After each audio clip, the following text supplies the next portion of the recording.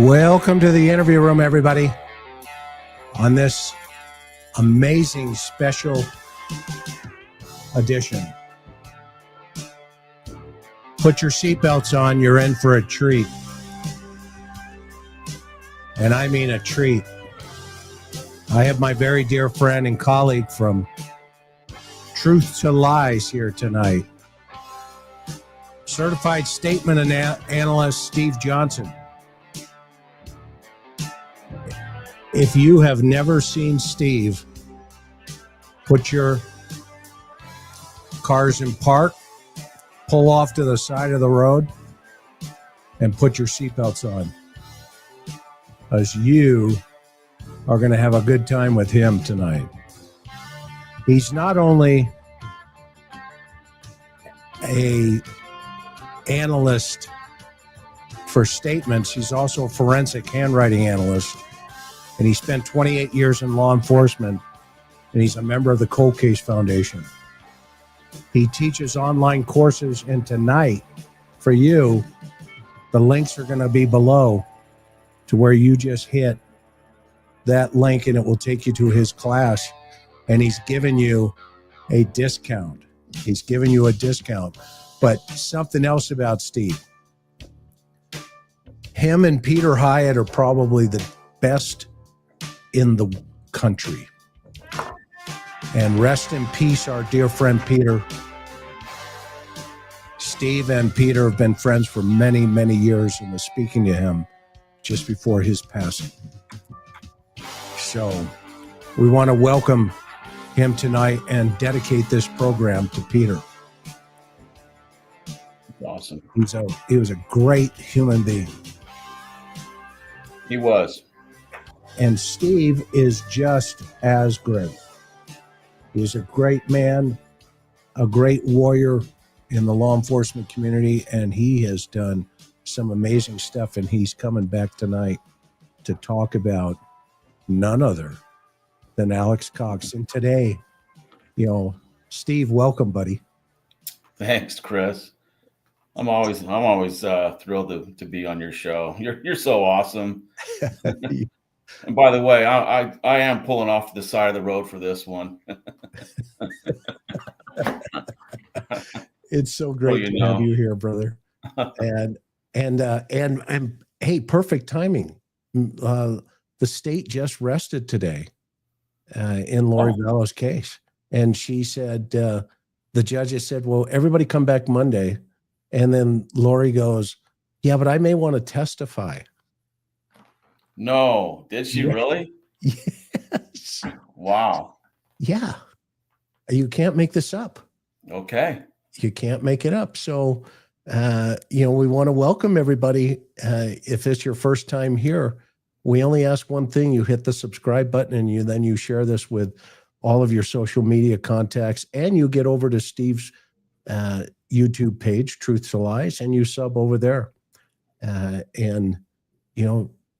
Help him build his channel as well. But we have a great shout out to our mods, Miss Sophia, Teresa M, Mimi J2, and Laura Wadley, and Maui Girl. I don't know how we could do this without these ladies. They are absolutely, absolutely amazing. So what are we going to do? What's the roadmap, Mr. Johnson? Where are we going to go tonight? Where do you want to go? Well, we're gonna cover Alex Cox's on-scene interview.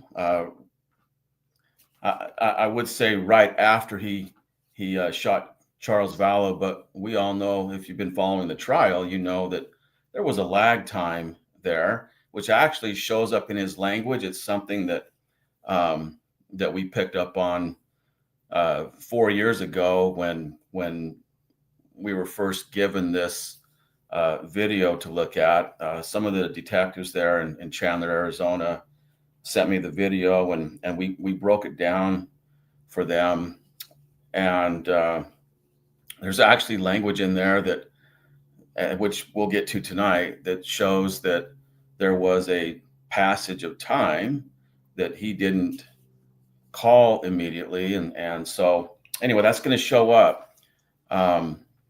I I did this statement yesterday, Chris. I have an online training group for investigators and others. I have some civilians in there from all over the world, actually, that have taken my initial course. Some of them took Peter Hyatt's initial course, but they all have some foundational training. And then this group is an advanced group, or they're moving on to the next level.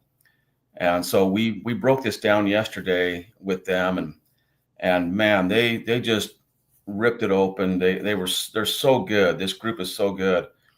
And so a lot of what I'm going to present tonight will be actually comments from them, along with my own perspective on this. And so we'll go little by little into what Alex says. Alex is going to be interviewed on the curb by a Chandler police officer. So we'll go a couple question and answers, and then we'll break it down as we before we get too far into it. We'll just do a little by little, and we'll see what Alex reveals. And what I presented to my group yesterday is that there's two possibilities here. The possibilities, I should back up. There's two possibilities if we go into it unbiased and as if we didn't know anything. And so the first possibility is that he's telling the truth and that he shot Charles in self-defense. And if that is the case, then his language will be that of experiential language, we call it. And then the second possibility is that he is deceptive, with some subsections there. Number one, that he shot Charles, but it was not in self-defense, or someone else shot Charles and he's covering for that. He's saying that he shot him. And there could be another possibility, as well as once we get into it. Having already gone through it, I can tell you that we can take that, C possibility off, that there's another possibility, and it would just be that whether he shot Charles or someone else shot him, or he's telling the truth. And so the thing about this technique that we're using, the linguistic profiling, well, going back to what, you introduced Peter Hyatt, and Peter, just a couple months ago, while they could still communicate, we were having a conversation. And he said to me, is the really great thing about this linguistic analysis is that it is freeing. It leaves as long as the principles are applied correctly, it just paints the picture. We want to know what Alex Cox knows in this case. Alex has that information in his brain, and that information will be revealed accurately through his language. And it may not be what Alex thinks he's portraying. May not be the story that Alex thinks he's conveying, but the information that he knows, de facto knows, will be revealed in his language. So I agree with Peter. It's very freeing. We don't have to guess. It takes all the guesswork out of it. It's pretty straightforward. So You just have to apply the principles correctly. And so that's what we're going to do tonight. And you're right. It's going to be a lot of fun. It will be a lot of fun. And then just one other thing, just for clarity on Lori, I said, that she's going to testify. Well, the defense has rested, but simultaneously she kind of left the door open to make a final, statement before her closing argument on Monday. So there's always a possibility that the judge is going to lean towards better safe than sorry. And if Lori comes over the weekend and says, Your Honor, I've changed my mind, I'd like to, testify, then I think the judge is going to open that door and say, yeah, okay, that's fine. Open mouth, insert foot, get up there and tell the world what's going on. So that's what I meant by the statement. I know that she rested, and I know the court rested and everything, but he also said, he's not going to close that door just yet. So that's awesome. Actually, he was hinting towards it. So looking forward to that. Okay, so this is a stressful situation, right? Yeah. You and I have both been there where you pull up, it's an officer-involved shooting, or excuse me, it's a shooting inside of the house. So they don't know what they've got. And so I'm going to run the body camera complete tonight. And then we'll do a start and stop. You tell me where to go, just like we always do, Steve. Are you going to run it all the way through just to clarify it? Are you going to run it all the way through first? And then we'll do a start and stop, or just start and stop right away? Yeah, start and stop. If you tell me when you want to stop it. Okay, just so to make it easier on you, just do the first 2 question answers and then stop it. Okay. And you know me, I'm quick. So just say it. Right.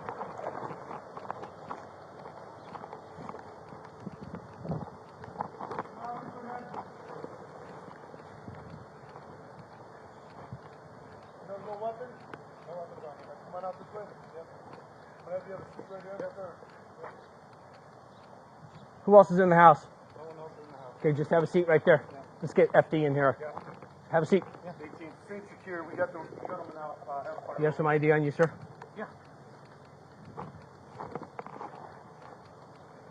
What happened today? How did it get to this? I don't know. He was enraged. Well, what's going on? What happened? Well, he was talking with my sister earlier. What? Is that where you want to stop? Yeah, perfect. Okay, so I like what you said, and that going into this, you said this is a stressful situation. So we know that we've both been on scene when someone has been shot, somebody has shot and killed somebody, or somebody's the victim is on the ground now, so they've been shot. Whether it's a police officer or someone else, high stress. There's something about that just there's an adrenaline dump, high hormonal release. When that is occurring, time slows down. You have auditory and visual exclusion. You have it's the fight or flight response taking over. Blood rushes from the brain to the large muscle groups, and also critical thinking disengages at that point in time. And the thing is, if it's a situation where it was a surprise, all of a sudden this somebody comes at us and with a knife, with a bat, with a gun or whatever, and we're forced to take control, and the adrenaline takes over, and our fight or flight response engages, that the muscle memory takes over. And for those of us that have training, we know that the training takes over, and we end up doing things that we're not even cognitive that we're doing. It's just that our brain knows what to do, and so it gives the orders and it protects us. That's the wonderful thing about the brain. And so critical thinking shuts down, and it takes about, some of the experts I've heard say that it takes about an hour for that critical thinking to re-engage. And so in that amount of time, if someone is interviewed right away, you should know that if they've been in that type of situation, that their critical thinking it's not going to be there. It's not going to be 100%. It's going to be much less than 100%. And so people react to that in a lot of different ways. The scenes that I've been on where a shooting has occurred, whether it's a police officer or a civilian, these people are having a hard time just trying to catch their breath. I've seen the shakes. There's all kinds of responses, but they just look and act worn out for the most part. And there's nothing really peaceful about it. You can tell, wow, this person has just been involved in something significant.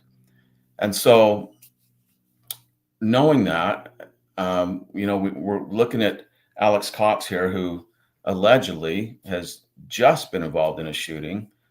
And, he just called the cops, 911, and the cops responded. And here he is. And you're going to see he's pretty calm at this point.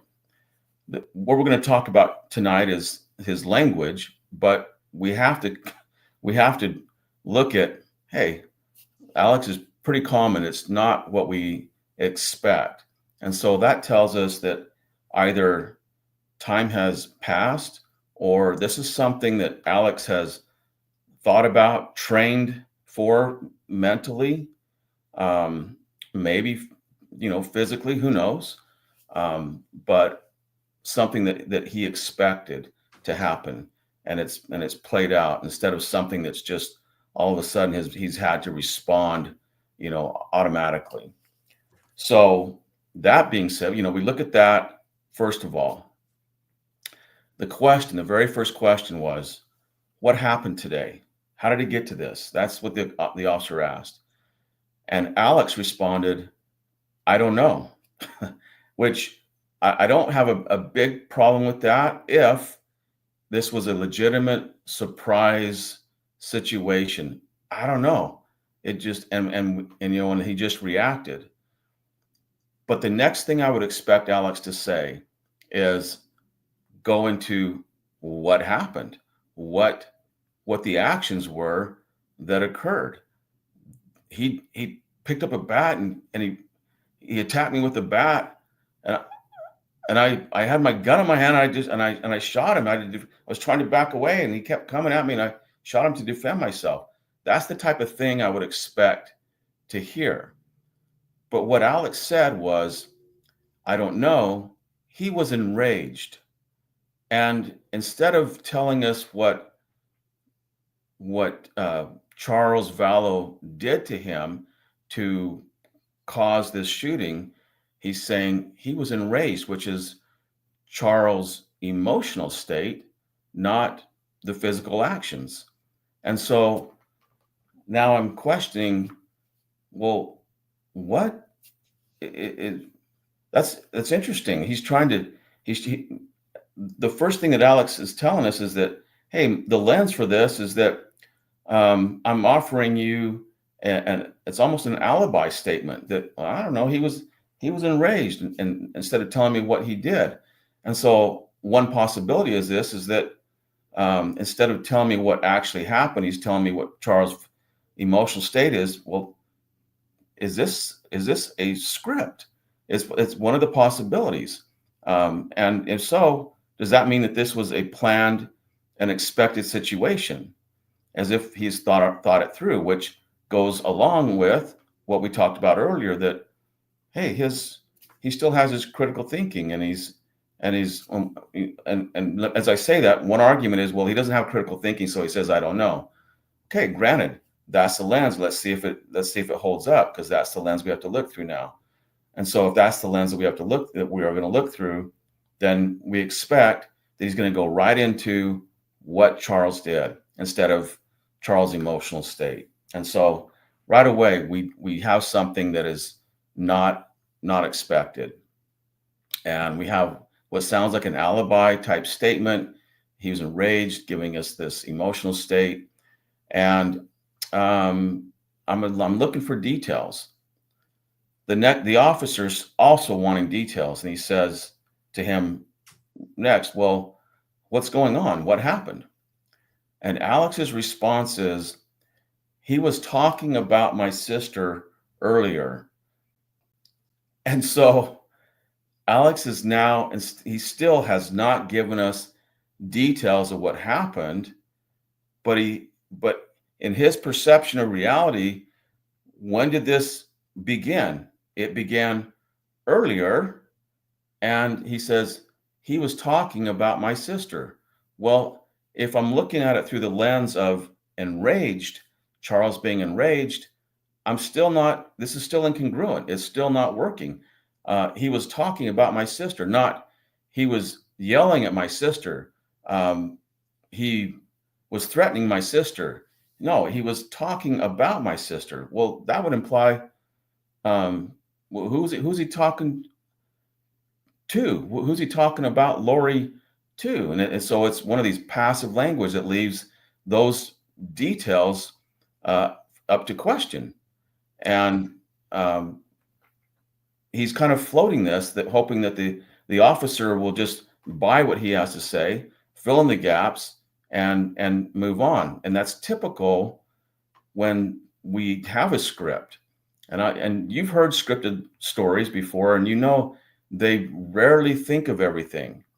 So I'm thinking now, since he's floating something that is up for interpretation, I'm tending more right away. I'm thinking, okay, things aren't adding up, and we're only 2 questions into this thing. And I still don't have any indication of Charles being enraged. I don't have the actions of Charles being enraged. I don't have the language of Charles being enraged. He just says, I don't know, he was talking about my sister earlier. Interesting. In addition to that, we have that time frame earlier. So this tells me this wasn't something that just happened. This is something that began earlier. We don't know the time frame, but we do know that this wasn't a just happened situation. Time has passed, and during that time, to me, right now at this point, it's not sounding like there was anything that was enraged, anybody being attacked. There's nothing like that. In fact, it's sounding pretty benign so far. So it's almost like the body, right? When the foot starts going underneath the table 100 miles an hour. I mean, I think what you're saying is, and correct me if I'm wrong, as always, but I think what you're saying is it's like language is leaking the stress, and those subtleties are so critical for trained, ears, for lack of a better term, to pick up on those subtleties, because that will kind of lean into where the conversation is going to go and whether or not it's going to be potentially truthful or dishonest. correct. And the cop is not picking up on the specifics of this, but he is picking up on this isn't what I expect to hear. This cop is a very seasoned cop, and I really like this guy. Yeah, and he's interviewed people that have been in shootings before, and maybe he's been in those situations. I don't know, but this is not what he expects to hear. So it's not feeling right to him. I don't think he can articulate it, what it is, but it's not feeling right to him. So what we're doing is articulating it, and you're right. It's the brain giving away what it knows, the perception that it actually experienced. And it's not the perception that he wants the cop to buy with the words he's using. So it's actually going the other way. So do you mean he's selling soggy bread, Steve? Selling soggy bread. That's it, Chris. All right, here we go. Bread. Let's get, and we're just into question 1, right? Yeah. I mean, we're literally less than a couple of minutes, less than a minute. Yeah. Into this event. Go right. Just go to the next question and answer, and we'll stop it there. Okay. What happened today, though? Like just in the last 20 minutes. He came at me with a bat, Okay. Was he living here or No. visiting? He came Okay, to stop his it. son. Okay, so remember these words. He came at me with a bat. That's his version of what happened. The cop says, what happened today, though, and just like the last 20 minutes, the cop is assuming that it just, the 20 minutes is the time frame. We find out later that it's more like 40, 45 minutes. It's been quite a while, but he came at me with the bat. So the the problem here is that this is going to be the first of 7 times that Charles says he came at me. Sometimes he says with a bat, sometimes he just says he came at me, but it's those words. The problem is that it's what do we expect here? Well, we expect more descript language. He swung at me. He hit me with the bat. He tried to hit me with the bat. He attacked me with the bat. No, it's he came at me, and then he adds with a bat. And what those words do with a bat, it tells us that there's a level of separation between what Charles did and this bat. It does not imply any physical contact. It requires interpretation, and it's nondescript, nonspecific, which now, if I'm keeping tabs and I have something up on the board that says truthful story and then another that says script, I now have three ticks in the script column rather than experiential. So what I do know is that there's a level of separation between Charles and this bat. It's like the bat was thrown in. He came at me nondescript with a bat.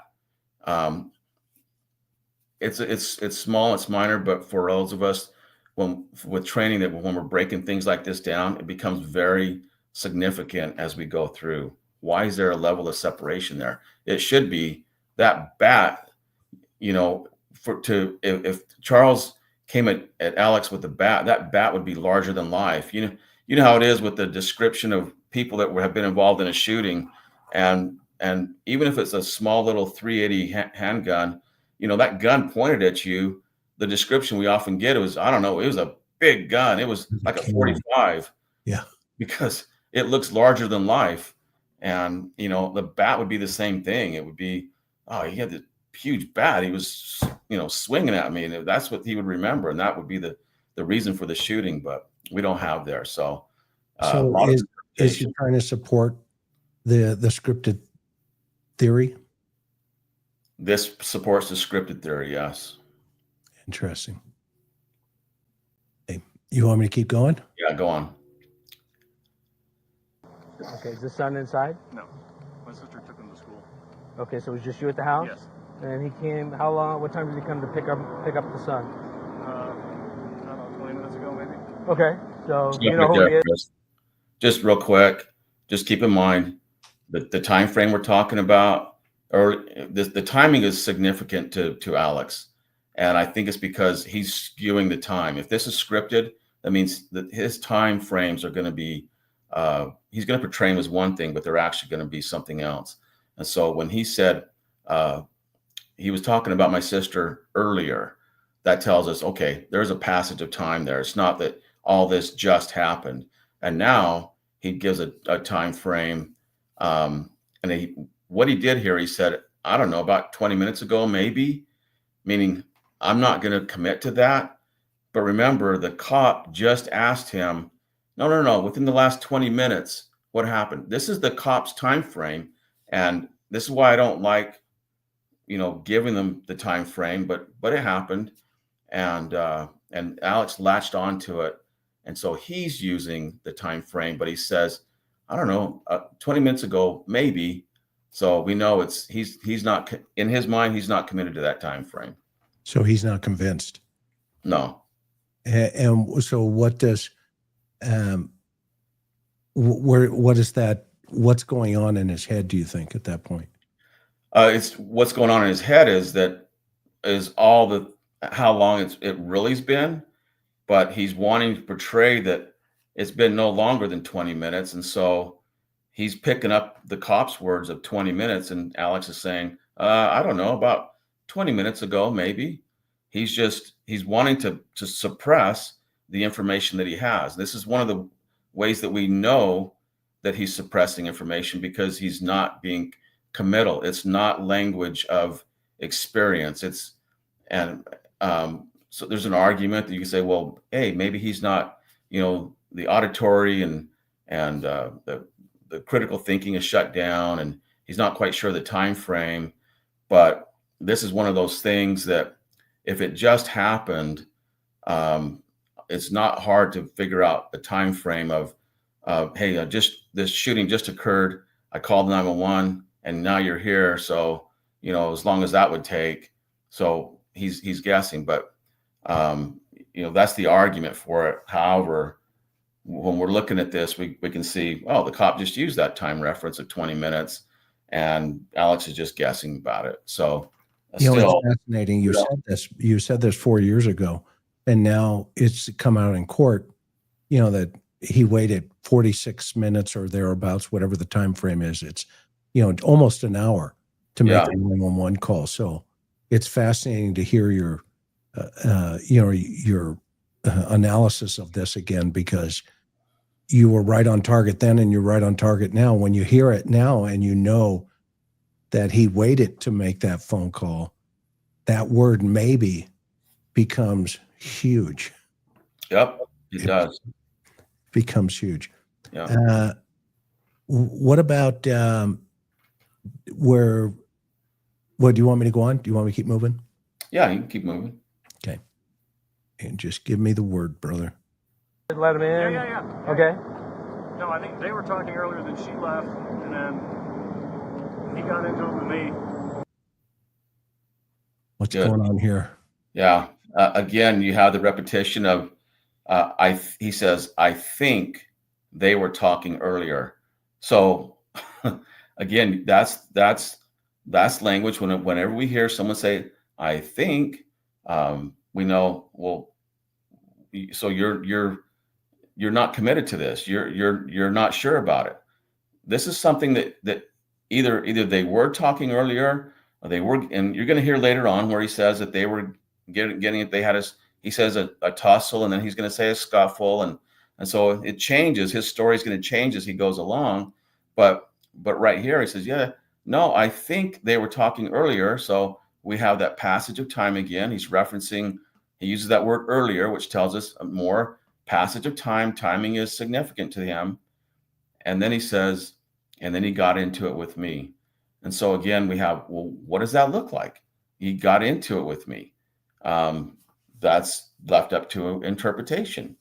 So if there's a physical assault, we want to hear what that looked like, what that felt like, what that sounded like.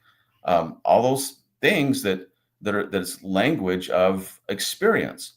And, one of the things that you and I both learned long ago, and we teach in interview classes, is that you listen for language that includes sensory descriptors, because people will, when they're in a situation and they actually experience something, there's millions of neurons in our brain, our gut, and our heart that connect, and those neurons create a chemical release in our body, and our memory is actually stored in that chemical.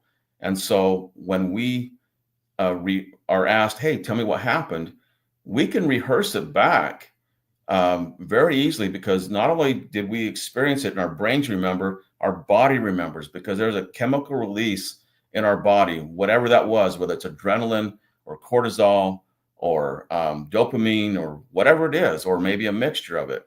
It's not like we don't have to know what that is, but our body remembers. And so I'm listening for language of experience, which includes sensory descriptors, something that tells me that he's rehearsing what happened according to all the neuron connections. And I still don't have that. And then he got into it with me. That's left up to interpretation. And he's wanting the cop to interpret what that looks like, what it sounds like, feels like, and all those other things that we would expect in an assault. So this is minimizing language when it comes to an assault. Got into it. Is he portraying himself as a victim here? Oh, for sure. Yeah. He got into it with me. And so it's right away he was portraying himself as a victim. I don't know. He was enraged and it pointed to Charles's emotional state, which is a kind of put Alex in that place as victim, which I kind of would expect, being that if I was forced to shoot somebody, that I was the victim of that person's aggressiveness, his him being enraged. But I want to hear still, what does that look like? What did it feel like? And so, yeah, I'm missing that. While I was talking, I'm looking at my notes here. I was looking at the words, and one of my students yesterday made a comment about this when Alex said, "No, I think they were talking earlier." Talking, that's not arguing. It's just they're talking. They're having a conversation. It's not an argument. And she made the comment, and I don't know all the details of exactly what happened. I haven't been listening to all the testimony. But she said, "I've been wondering why he mentions that they were talking, since there's no apparent relevance. And I'm wondering if it's preemptive mentioning stemming from the guilty knowledge that Lori asked Charles to come in and talk as a ruse to get him into the house. We know that Charles was there to pick up his son to take him to school. And so I don't know if that has come out, but that would make sense to me if that was the case. If Charles showed up and Lori was talking to him, said, 'Come on in for a minute,' and as a ruse to get him into the house, because she had to get him into the house in order to shoot him in the house, for Alex to shoot him. So that's a possibility." Yeah, well, everybody's focusing on the cell phone. Maybe she's actually setting it up outside to say, JJ's not ready. I mean, this is all speculation, of course, but to your point, they were talking. Is that the ruse to pull him in? Yeah. Yeah, fascinating. Very good. Do you want me to keep moving? Keep going. Okay. This is fascinating. Like what? What do you mean? I don't know. He was accusing me of. Like what? What do you mean? I don't know. He was accusing me of. And he was fortunate that fire truck pulled up, because Alex just quit talking. He didn't know what to say there. He doesn't have the full. This is not experiential. So, and it's different from they were talking earlier. I don't know. He was talking to my sister earlier, and now he's skipped to, I don't know, he was accusing me of, and he doesn't have the answer. And you're going to hear just after this, where after the fire truck goes past, and Alex is going to say, "I don't know, he was just yelling at me." No details. And it's different from what he was saying earlier, that he was talking about my sister. They were talking earlier, and I want the experience. I want the experiential language, and it's not here. I want to hear how Charles physically assaulted him, charged him. Let me take it to that point, to your statement there. I didn't mean to interrupt. I apologize. Oh, go ahead. Come on over here. That truck's going to be really loud. So right now, while he's walking, he's processing. Is that what you're saying? Yeah, exactly. Okay. What was he accusing you of?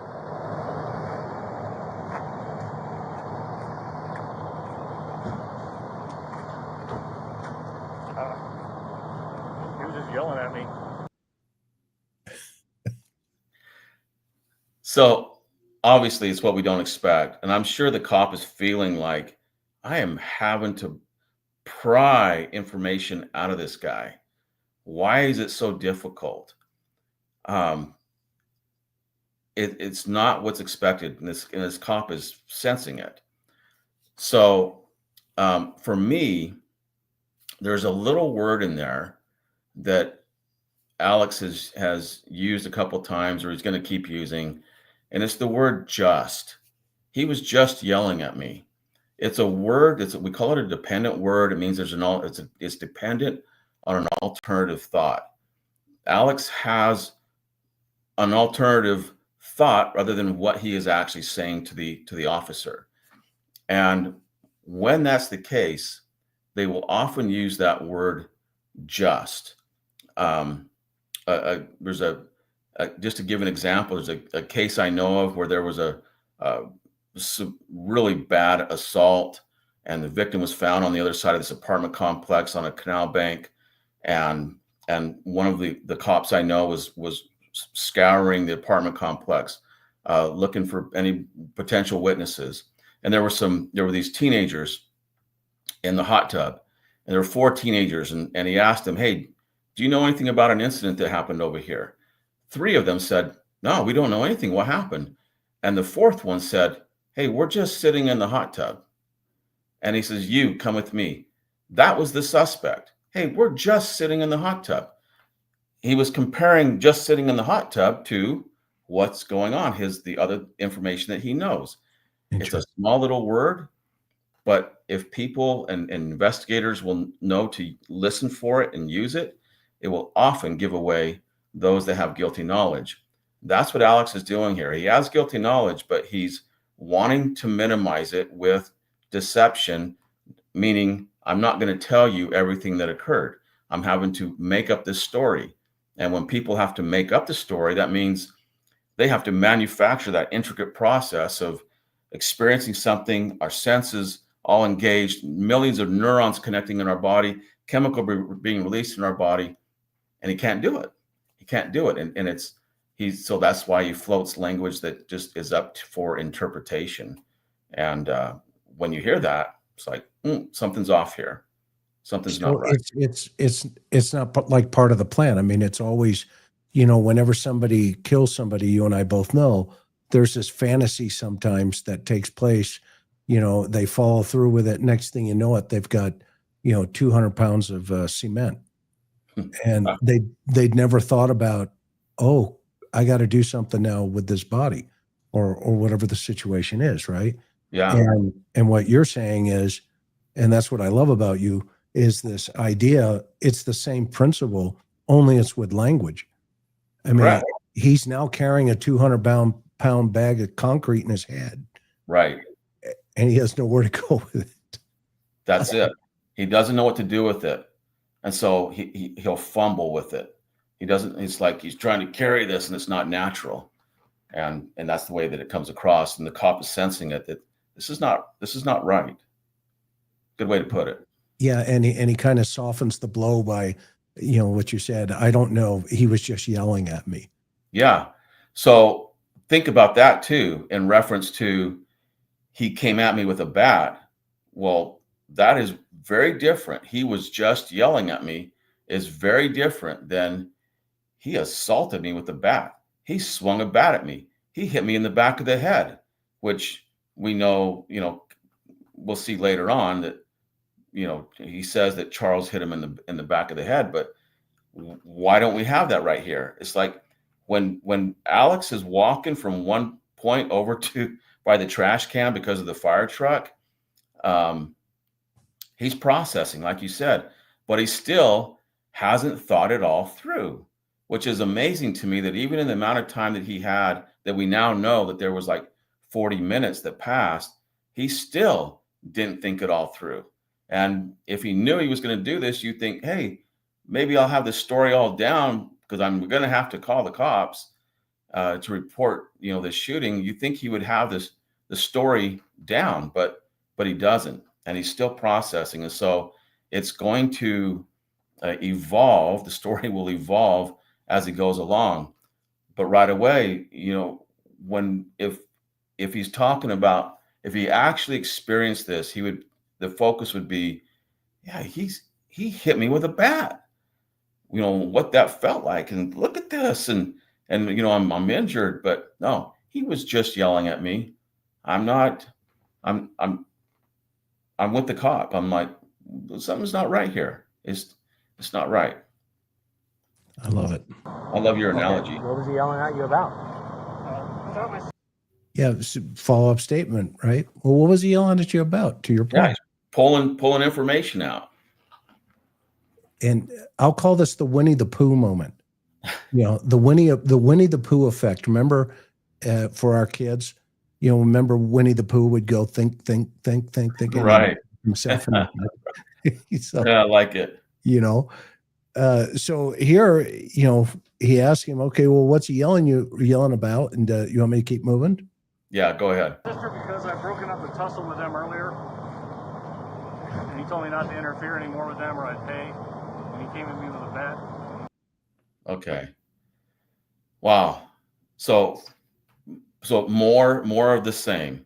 It's still he still hasn't got this down. So the cop is asking, okay, what was he yelling at you about? About my sister, and he's not telling us what Charles said to him when he was yelling at him. He's now floating this scenario about my sister, and here's why he was yelling at me about my sister, not instead of this is what he said to me. He said, because I had broken up a tussle with them earlier, and here we have the earlier reference again. This is now, I think, the third or fourth earlier time that he's used that word earlier. And he says, he told me not to interfere anymore with them or I'd pay. And so he's leaving this up to interpretation, or I'd pay, to mean that he's going to attack him or something. And then he repeats it again, and he came at me with a bat. So it's the most important thing here is that his focus is not describing a physical conflict, a physical attack. He is describing just verbal, and it's totally unexpected in this type of situation.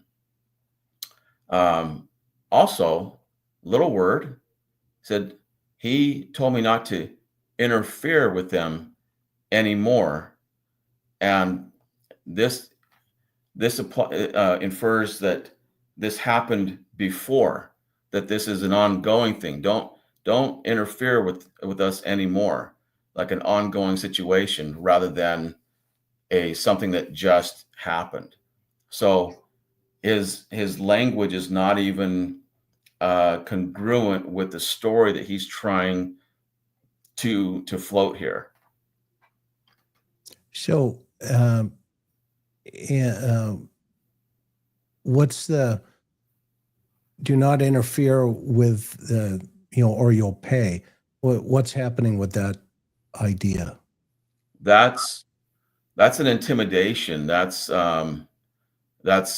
he's floating. He's wanting the cop to pick up and run with this. That he threatened him, but that's not a threat. That is a wording of intimidation, and it's very different. So he's leaving this up for interpretation and hoping that the cop fills in the gaps that because there's a lot of gaps here, and he's hoping that cop will just fill in the gaps, which is human nature, actually, that we do fill in a lot of gaps and we just move on with things. And even law enforcement investigators do this, which is why the training is so critical for them. We don't want them to fill in the gaps, and we don't want them to move on. We want him to answer this. And so this is something that if I was this cop and I was trying to pry this information out of him, and I kept getting this nondescript language and language that wasn't that of a physical attack, I would go ahead and get his initial story on the body cam, my Axon video. And then when the detectives arrived, I would tell them, hey, something's up with this guy. He's not giving me details. He hasn't expressed any physical attack or given me details that describe that. It's been everything but. So I think that's kind of where the cop is kind of getting there at this point. Yeah, I agree with that 1,000%. Okay, so he showed up in the house with a bat in his hand? No. Okay, so There was a scuffle earlier with my sister and my niece. My niece got involved. So now he's bringing the niece in. Yeah. This is interesting to me. I haven't fully, I think that there's better ways. There would have been better ways to do this rather than bringing the niece, Tylee, into it. But I'm wondering if one of the reasons that he wanted to bring Tylee into this is for the emotion of it, that, here's this young girl getting involved, and so much so that she, even criminal investigators, feel for the young ones and those that are, de facto innocent. And so I'm wondering if that's why he's floating Tylee into this at this point. It's still passive in nature, meaning the language is passive, meaning that there's no specific description of the actions. He's saying there was a scuffle earlier with my sister and my niece, and he's not even saying that Charles was in a fight with my sister or in a fight with my sister and my niece. My niece got involved, it came after, and that is a reason for the scuffle. He's adding that in to make it make sense, instead of just right away saying, hey, there was an argument and they were fighting. He was fighting with Lori, and Tylee got really upset and came rushing out and was saying this, and what she said and what she did. We don't have that. So that's what we call passive language, when they remove the responsibility or identity of who performed the action. And in this case, we have, what's missing is the actual actions. It's totally missing. So again, not what we expect.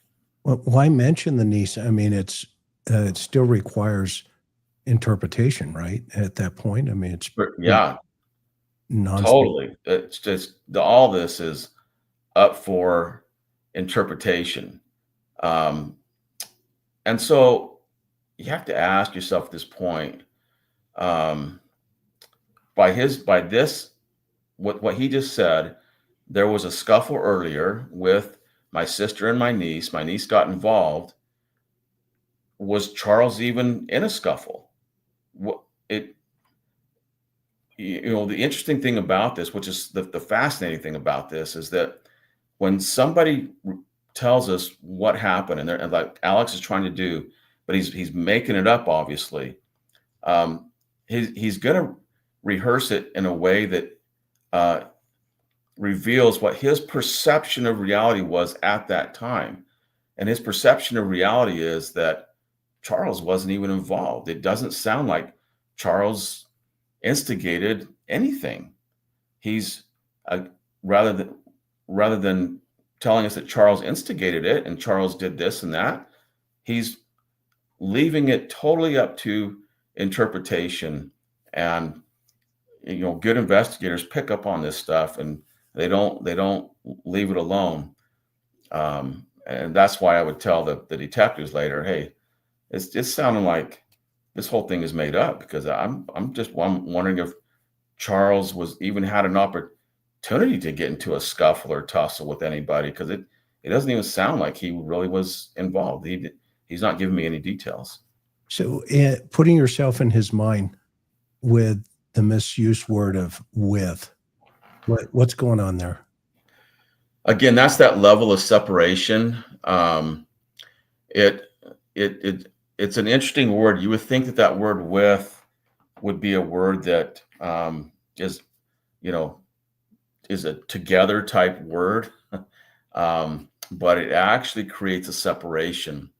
And in a lot of my classes and that when I speak to audiences, I'll often use the Chris Watts statement, where Chris Watts, he killed his wife and his 2 little girls back in 2017. And when they were reported missing, reporters showed up on his doorstep the day after they disappeared. And Chris made the comment, I hope that, referring to his wife, he said, I hope that she's somewhere safe right now and with the kids. And saying with the kids, we expect him to say, I hope they're somewhere safe right now. I hope my wife and kids are somewhere safe right now. But instead he said, I hope she's somewhere safe and with the kids. It put separation. It separated them in his language. And so it's one of those things that when we hear it, we know there is a level of separation. And sure enough, in Chris Watts's case, he had buried his wife in a certain spot, and then he put the kids in an oil silo separate from his wife. So his language actually revealed that they were separate. His perception of reality was that they were separated. And so that's what this does. It tells me that Alex's perception of reality is that there is separation in his language between this scuffle earlier and with my sister and my niece. And he hasn't even said Charles. He's floating that. So all it does is it tells me that there's a level of dissociation, separation, distancing type language, we could call it, in his mind. Does that make sense? Yeah, no, it makes great sense. And is he thinking, in your opinion, is he? And by the way, we got to get you to present at CrimeCon, man. I mean, you have always been fascinating. I mean, you hear such the subtleties, and I know that you and I have trained together, and I've actually sat in on your class, and I'm going, man, this dude has got a gift from God. There's no question about it. And I learn something every time I listen to you, Steve. I really do. And I know that you know that as a friend. But I mean, it would be fascinating to have a panel and have you present some of these principles, even in just regular life here. But that'd be really cool. Yeah. So but he introduces his niece into this whole conversation, like you're saying. Is there a bigger situation going on in his head, you think? I mean, is she necessary for the weapon? I think that he's introducing her as because he needs the bat introduced. It's like he's floated this now a couple times. He came at me with a bat. There's that with again. Came at me with a bat, like a side note. And same thing here with my sister and my niece. And then he adds, my niece got involved. And so it's in his mind. I think would have been a better way. I think the bat just could have been, if I was going to make it up, the bat was just sitting out. It was Tylee's bat from her softball game. She left it out. But in his mind, I think that he's trying to just latch onto something real quick and saying, hey, my niece got involved, and bringing her in for that reason to substantiate a bat being in play. Yeah, in retrospect now, obviously knowing the personalities that we've been dealing with, I don't want to think so diabolical that they already had her marked for, she was going to be gone. Right. At that point. And yeah. It's really sad. Yeah. Let's keep moving. Earlier, meaning earlier this week, earlier this morning? Just this morning, before they left. That was pretty quick. Yeah. He's referencing just this morning, which would be a timing word, but interesting that he said before they left. And it's now as things have played out, we know that there's the lapse in time, that there was actually 40 minutes. And as we go along here, we're going to see something, coming up here that makes us wonder if it was even before they left, or was it actually that they hadn't left. Maybe Tylee and JJ were out in the car, but Lori was still in the house. And so we'll see that coming up. It's just interesting that he said that. He added that in there instead of just Before saying your wife left. My sister. Before your sister left. Yeah. Okay. Who lives here with you? Nobody. I don't live here. My sister lives here, and my niece lives here. And you're just visiting? I was visiting for the night. Okay, so yeah. And you're just visiting? Best answer is, but the simplest answer is yes. But it's interesting the way he phrased that. And this is one of those things that one of my team members came up, thought about, that he says, I am visiting. Like he's still there. Like, yeah, I'm visiting. Because the question is, and you're just visiting? Yes, I'm just visiting. That would be what we expect. But he says, I was visiting for the night. It's like, that's past tense. Like it's over with. And I get, the night is over. Now it's the new day.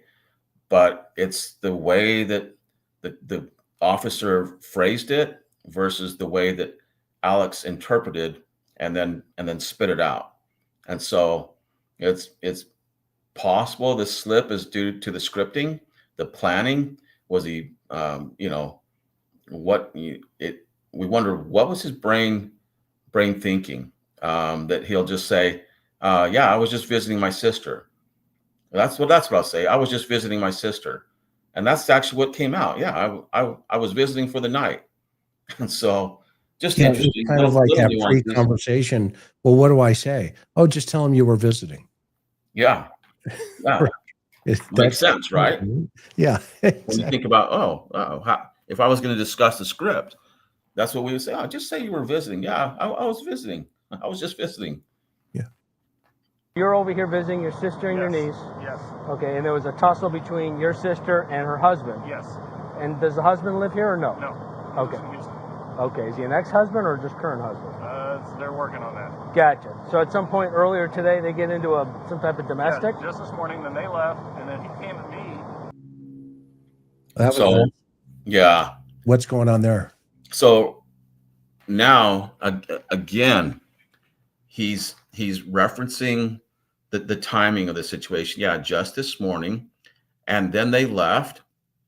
So he's repeating this, and it's almost the same wording that he used, and then they left, and then he came at me. And again, what does he came at me look like? I'm still looking for something that's experiential, and I don't have it yet. I'm listening for language of he attacked me, he hit me, and I don't have it yet. And so, that should be the first thing that comes out of his brain to his mouth, and it hasn't so far. And so even if it comes out later on, it's going to kind of be like late to the party type situation, because that should be the first thing that comes out of his mouth, and it's not. And because he keeps using the word, they left. Is he withholding, do you think, at that point? Yeah, I do. That's kind of a demarcation, because he's going to use this repeatedly, and then they left. And so in the training that I do, I teach the investigators that word left used unnecessarily, it means it's an indication always of missing information. It's just whether it's benign information or it's critically withheld information. And when you have several other indicators in the statement, and it keeps using they left, that's going to be the critically withheld information, meaning there's something critical he is not telling us about this situation. And that they left ends up being a demarcation in his story. It's they left, and then all of a sudden, all this happens, that he gets attacked. That's what he's floating, although he's not specifically stating it. So there's a problem still with this story, but I know in his mind, using that word "they left" is critically withheld information. Interesting. They left meaning who? Both of parties? Or? Yeah, my sister took my niece and my nephew. Okay, so they left. Create some space for him, and then he came to me. Okay. So again, we have the same thing going on, and he came at me. He's floating that out there. He gave a reason. The cop says, "Okay, so they left," and he says, "Yeah, to create some space from him." Well, again, why did they need space from him? Because so far, all he's been doing is talking about Lori. There's nothing physical. There's nothing violent. There's no language of him being enraged and acting enraged or anything like it. I don't have it. And so why does he have to create the space from them? So we have a lot of sensitivity in his language, meaning when I say sensitivity, I mean, it's indication that he is feeling a lot of psychological stress, and those areas of sensitivity are what I teach the investigators. That's where you focus. If you want to push a psychological trigger, those areas of sensitivity are the ones that you focus on. When he gives you a reason that was unsolicited, when he uses the term "they left" unnecessarily, critically withheld information, and especially when they come in close proximity to each other, huge sensitivity there. And the more areas of sensitivity that we have, the more likely that this is a very serious situation, and that he's feeling a lot of stress about it. So he's creating that space that you're talking about. He is. He's attempting to. Yeah. Interesting. But did he leave also? No, He stayed here. he stayed. So you guys are kind of talking in between, or what? Who are you? Who are you? No, just go back. I appreciate it. Thank you. The neighbor. Here comes Gladys. Yeah. Right. The next door neighbor. I love it. Thank you. So it's just you and your brother-in-law. Yes. Okay, and kind of go through it. So- Say something like, "Hey, don't touch my sister," or Yeah. So yeah. okay. And then he picked up the bat Where was the bat at? in the living room. Okay. The guy inside me. No, I haven't got it.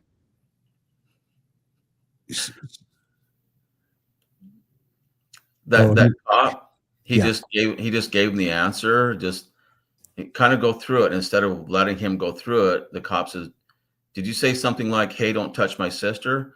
And Alex latched onto it. And then he is thankful for anything that the cop will interpret and plug in to the empty space, because that's all Alex has here is empty space, and he's waiting for the cop to do this. And this, the cop is trying to pull the information out, and finally he just says, "Okay, I'm going to float this. Did you say something like, 'Hey, don't touch my sister'?" And Alex says, "Yeah, yeah." He's like, "Yeah, that's a great idea. Yeah.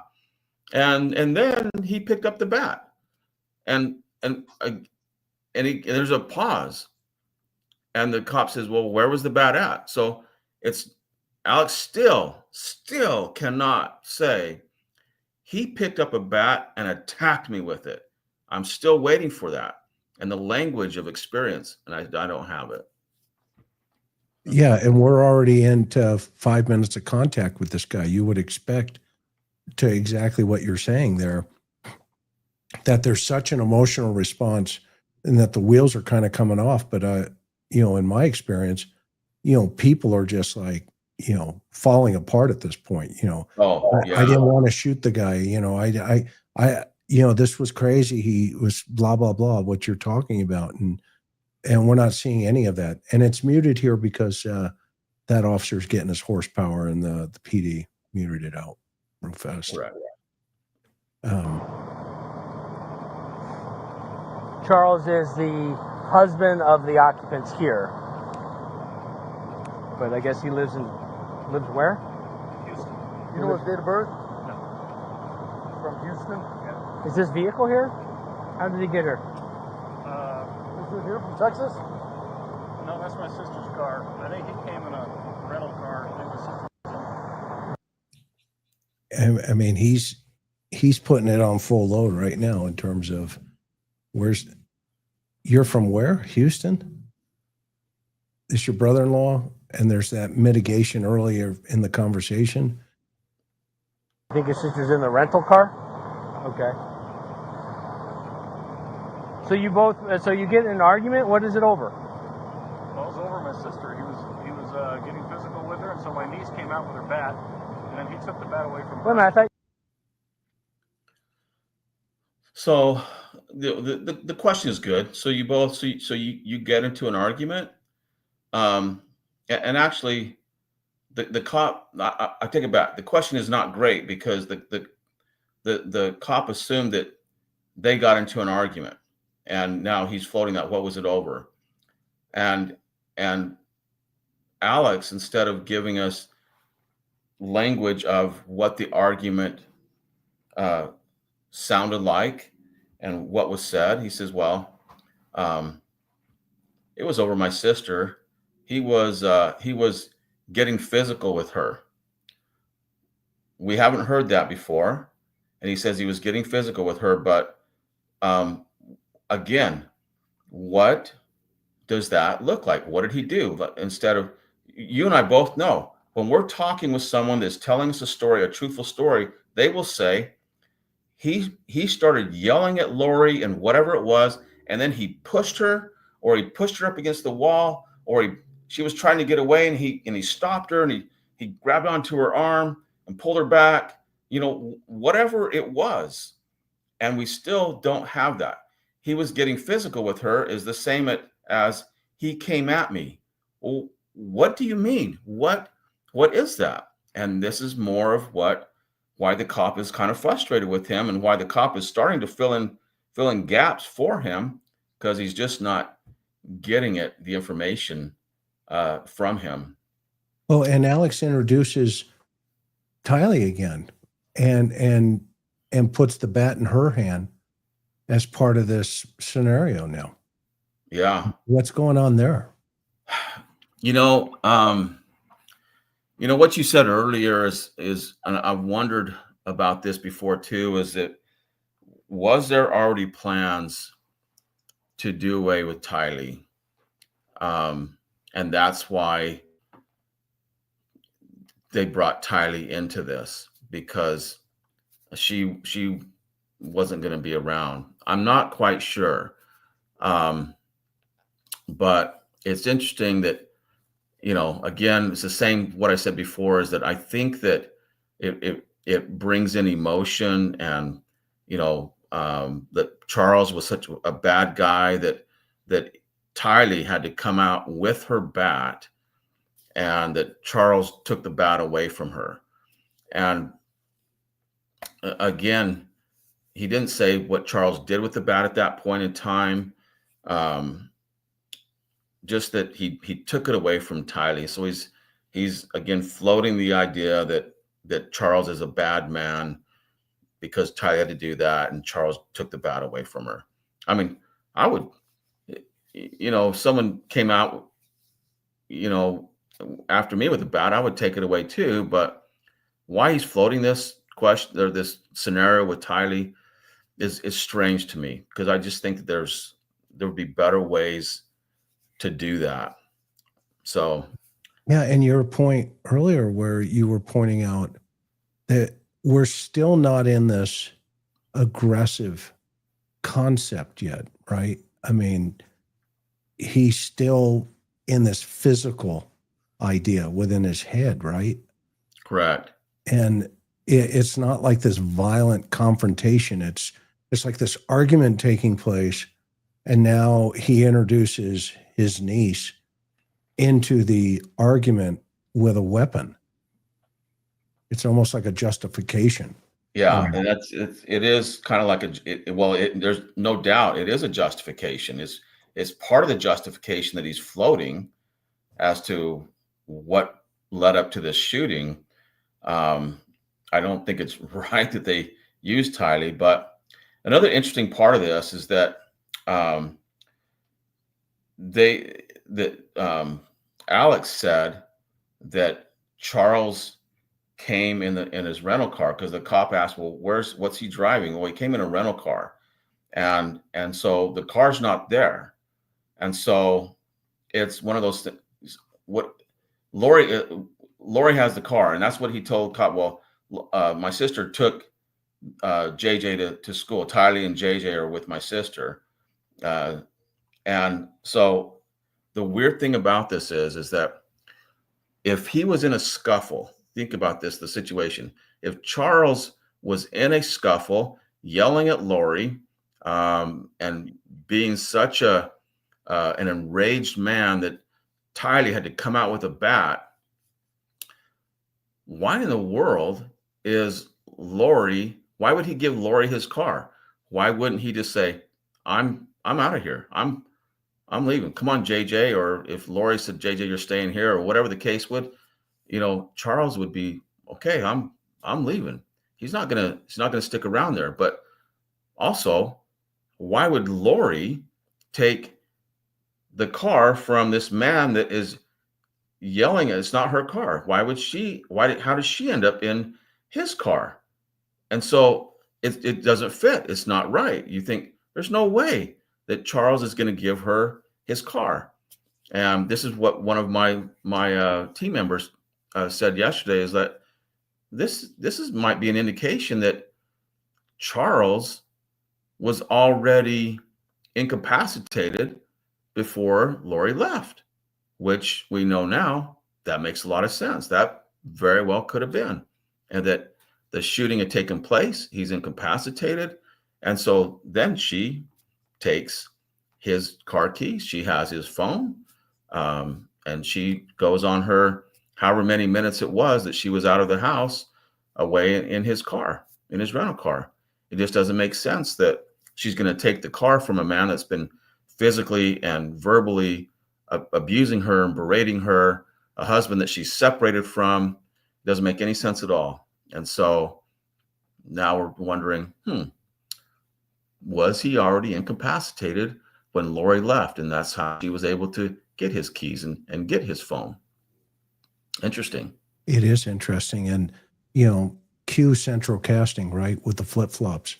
Right. Yeah. Here we go. You said your niece left. She did. This is before. So before your sister and your niece left, Yeah. at some point your sister and her husband are arguing, Yes. verbal argument, and then your niece pulls out a bat. Well, it wasn't verbal. He was getting close, and she came out to defend my sister with her bat. Again. Two bats. Huh? Go ahead. Does he have two bats? Did I hear that right? Well, let me see. Man, I think I think it is one bat, but maybe I missed the cue on that one where he's backing up in time is what he's doing, I think, here. He says, well, it wasn't verbal, because the cop says verbal argument, and then your niece pulls out a bat. And he says, well, it wasn't verbal. He was getting close, and she came out to defend my sister with her bat. So he just backed up in time with it. But in this, what he said it wasn't verbal. He was getting close. Well, getting close is not a scuffle. It's not a tussle. It's not a physical. He said earlier he was getting physical. That's getting close is none of those. And he's trying to float this reason for that Tylee has to come out and defend her mom, Lori. well, and he personalizes the bat to Tylee. I mean, why was that necessary? I mean, is it because Charles, they may have been thinking, well, Charles was a baseball player. Maybe if he brought a bat. Okay. But here he says, to defend my sister with her bat. I mean, why was that necessary in your opinion? Oh, that's a good question. That's what I've been saying. I've been wondering why he's introducing Tylee with her bat rather than just that the bat was already out. it's again, I'm like, I could think of many better ways to do this and introduce the bat. And if there really had been a scuffle earlier or him yelling, there would be the language. He would be able to tell us, hey, this is what Charles was yelling about. This is what he did. All those things I just talked about before that we would hear that Charles did, but that's not in here. And he says, she came out, meaning Tylee, she came out to defend my sister with her bat. There's that word with again, which we know creates that little level of separation. And I hear that when they're not being totally truthful, when it's distancing language. The brain doesn't like to lie outright. Even Alex Cox, who's a cold-blooded murderer, we know that. I think he believes in what he's doing. I think he believes his sister, and he believes probably that, there's zombies and stuff, but which is kind of a stretch for us normal people. My wife's probably going, "You're not normal right now." But anyway, but that word with, it tells me that there's a level of separation there. And it's kind of like, I want to hear that one more time. I'm going to play it one more time. I want to hear your thoughts now that we've just spoken for a second there, because it sounds like there's almost like this inference. My impression when I heard it was, well, Charles would have had a bat. He's a baseball player, hypothetically, right? mm-hmm. And what I'm doing is putting myself in their pre-incident conversation, right? Before any of this goes down. Okay, what's the plan? Well, why don't we say he had a bat and then Kylie had to come out with her bat, or Tylee had to come out with her bat, but that piece of the puzzle wasn't going to work for them. So they put it on the poor kid. But I just want to hear that one more time, if that's okay. Yeah. And then your niece pulls out a bat? Well, it wasn't her. He was getting close, and she came out to defend my sister with her bat. Okay, I don't think I went back far enough. Let me do that one more time. No, that was it. Was that it? Yeah, that was it. Okay, She came out to defend my sister with her bat. Here's the question about this, is that if this is really happening, if it's escalating to the point that Tylee has to come out and defend her sister or her mom, why did Alex allow that? Why didn't Alex jump in to defend his sister? Why are they letting, and this is again from my team members, why did they let Tylee take that protective role rather than Alex? Exactly. It doesn't make sense. It just doesn't make sense. Yeah. No, yeah. He lets, in this conversation, based on what you're saying, and I agree with you, that he's letting her take the lead as defender. Yeah. And she's just a kid. He says it right there. And she came out to defend my sister. Well, I thought that's what you were doing. Yeah. He had to, as he's introducing Tylee here, he has to provide a reason for her coming out, and just instead of just saying, Tylee came out with her bat and told Charles to back off and leave my mom alone, and what had actually happened. But instead, the way he phrases it is he's having to come up with a reason to introduce Tylee and the bat. And she came out, and here's a reason why: to defend my sister with her bat. Well, wait a minute, we didn't ask you why she defended her sister. It's just the way he phrases it. And it's a small little thing, but if investigators learn to pick up on those things, those unsolicited explanations, they'll know those are the areas that are the sensitivity areas, the psychological. Usually it's an indication of deception. Other times it's a psychological trigger that is so sensitive they don't want to talk about it. In this case, it's deception. He's trying to make it up, trying to make it make sense, and it's not. It's just not congruent with the situation. I agree. I mean, this is pretty sinister here at this point because, you know, they're putting her right in the middle, which ultimately ended up being a murder. But they're introducing her into this murder, this moment, this Yeah. day. This is when Tylee was, you know, part of this bigger scheme that they had. I mean, I don't know for sure, but it certainly is interesting that you've, you know, caught so much of this information, and then ultimately, you know, she ends up getting dismembered down the line. It's just horrible to be. It is horrible to be thinking about that principle. It is. Yeah. Your niece. Yes. Okay. And then she poked Even the cop is like, your niece? Right.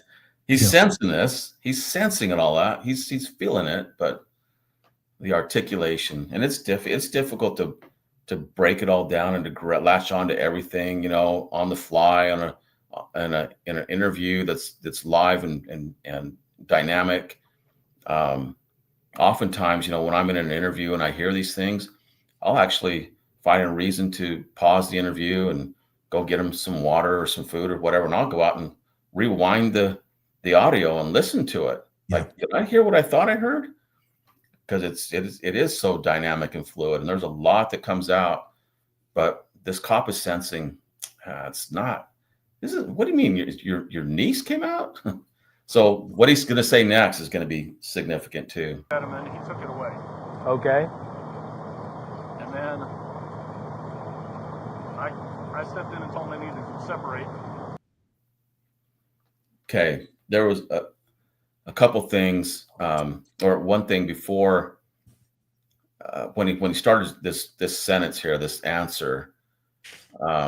He says that she poked at him, and he took it away. He's talking about the bat, and he's saying that Tylee poked at Charles with a bat, and he's floating that as a reason for Charles to then have control of this bat without actually saying that Tylee charged him with the bat, or, you know, hit him with the bat or threatened him with the bat. In fact, we don't have anything that Tylee says in this account. It's all left up to interpretation. And I find that fascinating that I don't have any of that from him. So poked with the bat is harmless versus swung, you know, charged at him, which would be an intentional type language. This is all gentle still. It's not, I don't have the language of an enraged man and a you know, Tylee being very upset. She poked at him, and that's not, you know, that's nothing, especially with a big old man like Charles Vallow, who used to play baseball, and, you know, he's a big guy. So I want to hear what Tylee was screaming at him, and you know, Charles said this and that to Tylee or to Lori, and well, I just don't have it. And so finally now Charles says, and then I stepped in and told my niece to separate. That wording right there is more another check mark in the script box. I told my niece to separate. I've never heard anyone say to someone else, "Hey, separate." It's more. It's if you're going to tell your daughter or someone you want to break things up, you say, "Hey, get out. Go in the other room. Go wait in the car. Go back in your room and wait there, and you know, till we come out." And if you're talking about it after the fact, you might say, "Well, yeah, I separated them," but you don't say to somebody, "Hey, separate." I've never heard that, and you know, maybe it's just because of the region that I live in, and I haven't heard it. I don't know, but I find it very strange. And when I floated it to my group yesterday, none of them, and I have people from all over the world, none of them said, yeah, that's something that I would say or that I think is okay. Everybody said, well, that doesn't sound experiential. That sounds like it's part of the script. If I was going to say something, I would say, get out of the house, get away, go out with JJ, enough, break it up, that type of thing. But separate is more of a after the fact. This is what I said, and it was, scripting, more of the scripting. Yeah, and there's still so much. There's so much that's vague here in his presentation that what causes a young girl to grab a bat, come out of the room to protect, the family. I mean, what's the altercation taking place? And like you've pointed out, eloquently here, so far it sounds like it's a verbal, just argument taking place. Yeah, and even at that, he's still leaving that up for interpretation. Yeah. We still cannot even count on that. And there's no sense of urgency at all in his voice, in his description of what was going on there. It's just not there. Yeah, and then there's this huge jump to your gap principle that you're teaching, where the next part is he jumps right to Right. So then my sister leaves with my niece. So then my sister leaves with my niece. He goes from this poking with the bat to so my sister leaves with my niece. Yeah. Well, where's the fight? Right. Where's the shooting? What's going on here? Where's the hit in the head? Am I missing something? Well, what you're saying is I am sensing that there is much more that occurred than what he has actually told us, that we should be hearing a lot more details about it, but he's leaving those details out and then jumping forward. And so when you have that sense of time passing, that means information has also passed or been skipped over. And so as you're listening to this, you're saying, where's all the information? This is from a guy who's spent almost 40 years or whatever investigating crimes. That I expect more information, and I've heard these types of stories over and over and over, and there's always more details, and it's not, I don't have it here. He's literally skipping over information, which is actually the most common way to deceive, is just to skip over information. And that's what he's doing and trying to get away with here. Which is consistent with his behavioral analysis of him walking from the fire truck and taking that gap silence and sitting down, think. This is the Winnie the Pooh effect again. Yeah. Right. Okay. Where, we're going to coin that term, Steve. You and I we'll coin the Winnie the Pooh, effect, right? Think. That's awesome. And then this is like a verbal of that. Yes. Interesting. Yes. How long ago did they leave? Been like an hour, 10 minutes? 20 minutes maybe, I don't know. Okay. So not terribly long. No. Oh, okay. And then he's coming back at me, and he's still got the bat in his hand. Like, what are you doing? Okay. This is interesting right here.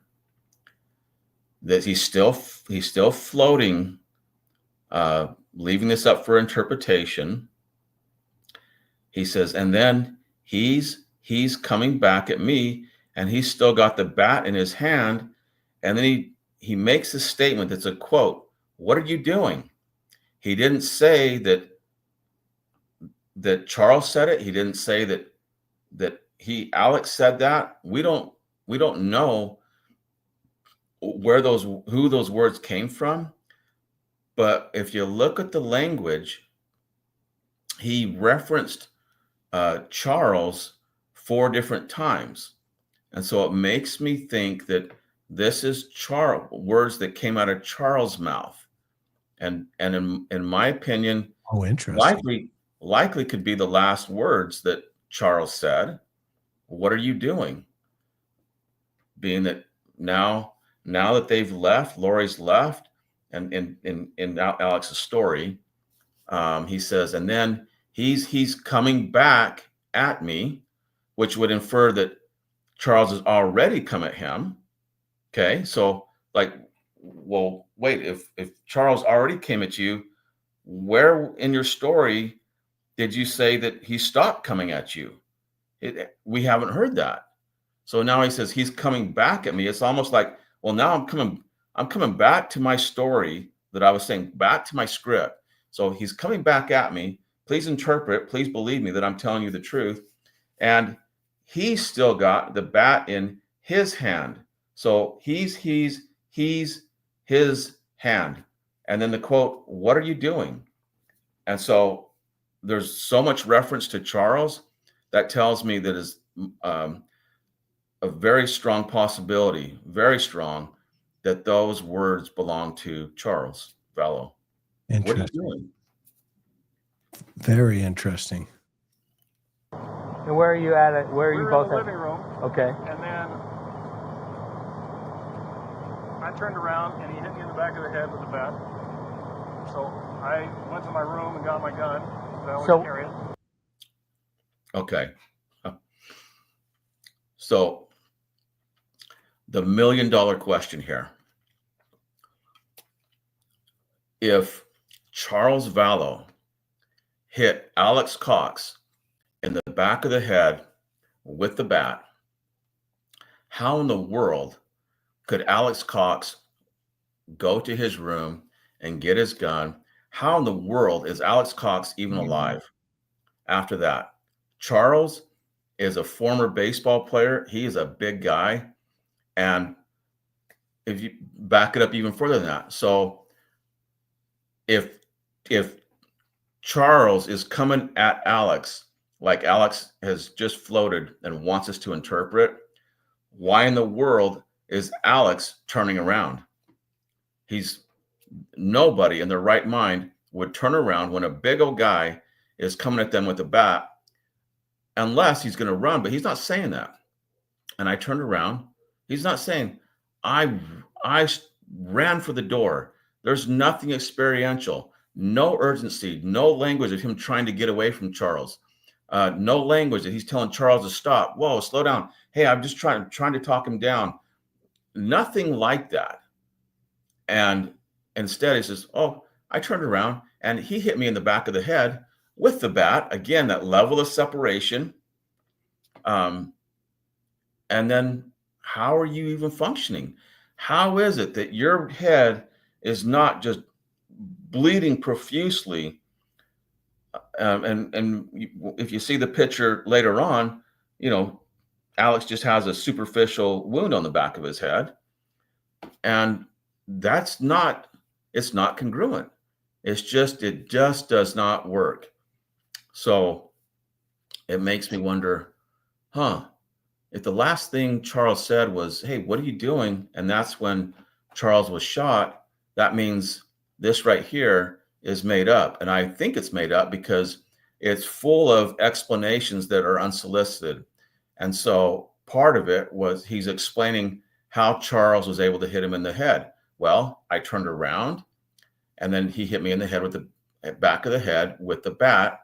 So then he gives another explanation for getting his gun. So I went to my room, which sounds pretty benign, by the way, like no urgency, I ran to my room and grabbed my gun. And by the way, if this argument has been going on for, all this time, like earlier, I broke a scuffle up with them and he was arguing, getting verbal and all these types of things. Alex Cox would already have his gun in his waistband or something. He would already have it. And he wouldn't be waiting for this. So I went to my room and got my gun. And here's why I got my gun, because I always carry. It's like, can you sense the slowing down here? It's no urgency. Let me see. He hit me in the back of the head. So I went to my room and I got my gun. Like, where's the urgency? Yeah. It's just not there. That whole sentence that he just gave there is not reliable. What we say, it's not only deceptive, it's not reliable. It doesn't make sense, even for somebody that has no investigative experience. You can just, it's like, there's no urgency, and how in the world are you even still alive if Charles Vallow hit you in the back of the head with a bat? Yeah, and add the dynamic of he's there to pick up JJ that morning to take him to school. He was excited about all of that. I mean, of course, this officer during this interview didn't know that, but that was what was going on in Charles's head. I'm here to pick up the baby, and this alleged altercation takes place. And in this situation, it's Alex who breaks it up and says, look, separate. And so Lori takes his car, takes Tylee and JJ. And so apparently they're out of there. And it's almost like this secondary situation now starts to escalate to the point where I'll just hit him with that bat that I now have possession, i.e. Charles. Okay, that's what he's inferring here. Okay. And I'll just go ahead and bunt. I won't hit a grand slam. Okay. Right. Because I just feel like this is a bunting situation. And next thing you know it, I've only bunted, so why don't you go in the room and go get a gun? Yeah. I'll wait here. I'll wait here. I'm not going to do anything. I'll just wait for you to go get you can go ahead and leave. Yeah, I was pissed off enough at you that I bunted the back of your head, but I'm just now going to let you walk off. Yeah. Yeah. Incongruent. Right. And meanwhile, the whole purpose of where's JJ had come into this conversation in any way, shape, or form. Not yet. Isn't that interesting? Yeah. The whole purpose for him to be there that morning. Yeah. And it's as if that is not even an option, not even a possibility, not even a worry, concern, nothing like that. It's not even part of this script. It's not part of the story. Well, and what's really interesting, obviously, right? I mean, we all wear a mask, right? For sure. And how casual he is to introduce the gun that he has just fired into this guy multiple times. And obviously the coup de grace is when he's standing at his feet with the trajectory of that thing. Yeah.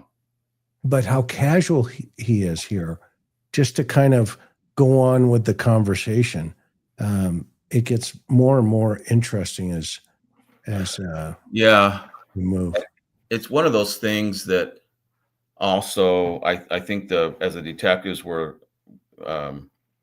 investigating this, I think it's one of those things that led to the thought of premeditation here, that this was, not if it's a script, that means it's premeditated and, it's made up. And I think this just, what Alex is saying and the way he's acting, it's not what we expect. And so it leads to that premeditation. There was one other thing he said here that one of my team members caught, and it's a little word. He said, I turned around and he hit me in the back of the head with the bat.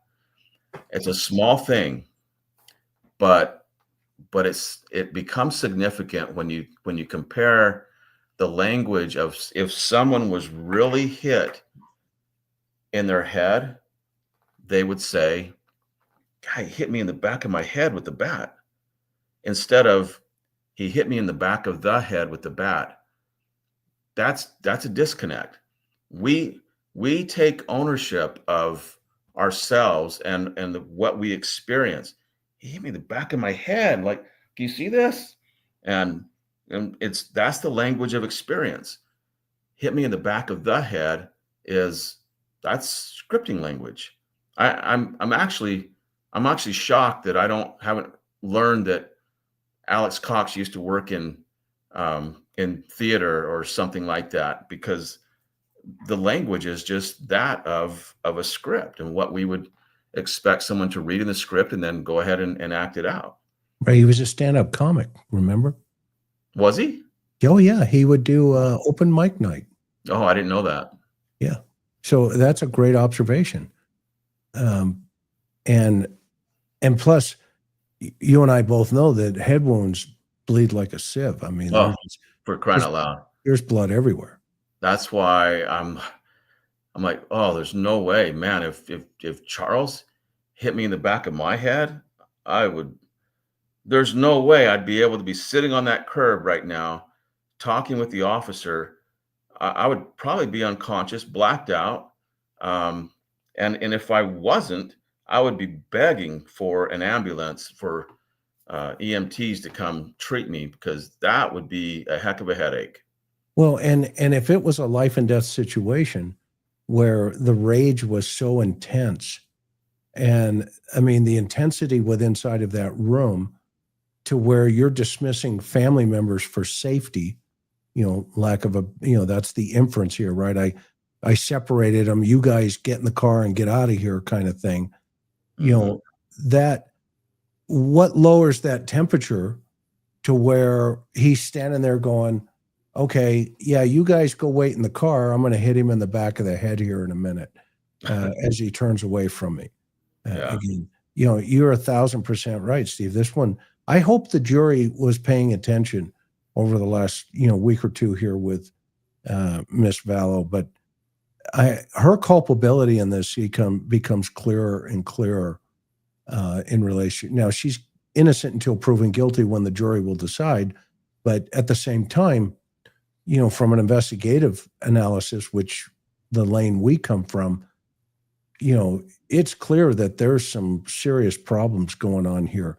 You went to your room, meaning the room you're staying in? Yeah. Okay, and you brought a gun with you? Yes. Do you always bring a gun? I have a concealed carry always. Okay. Just to be safe. Enter central casting, Miss Vallow. Right. Yeah. Hi, who are you? Okay, just stand over there. I love this guy. There she is. Wait over there, would you? Checks. What did you order? Pizza? Right. Right. And it's interesting also that, I mean, you look at her as like, instead of her coming up, what's going on? You don't have that. It's like, hey, I'm here. And did I tell you that's his car, the dead guy's car? Yeah, that's his car. That's what I mean.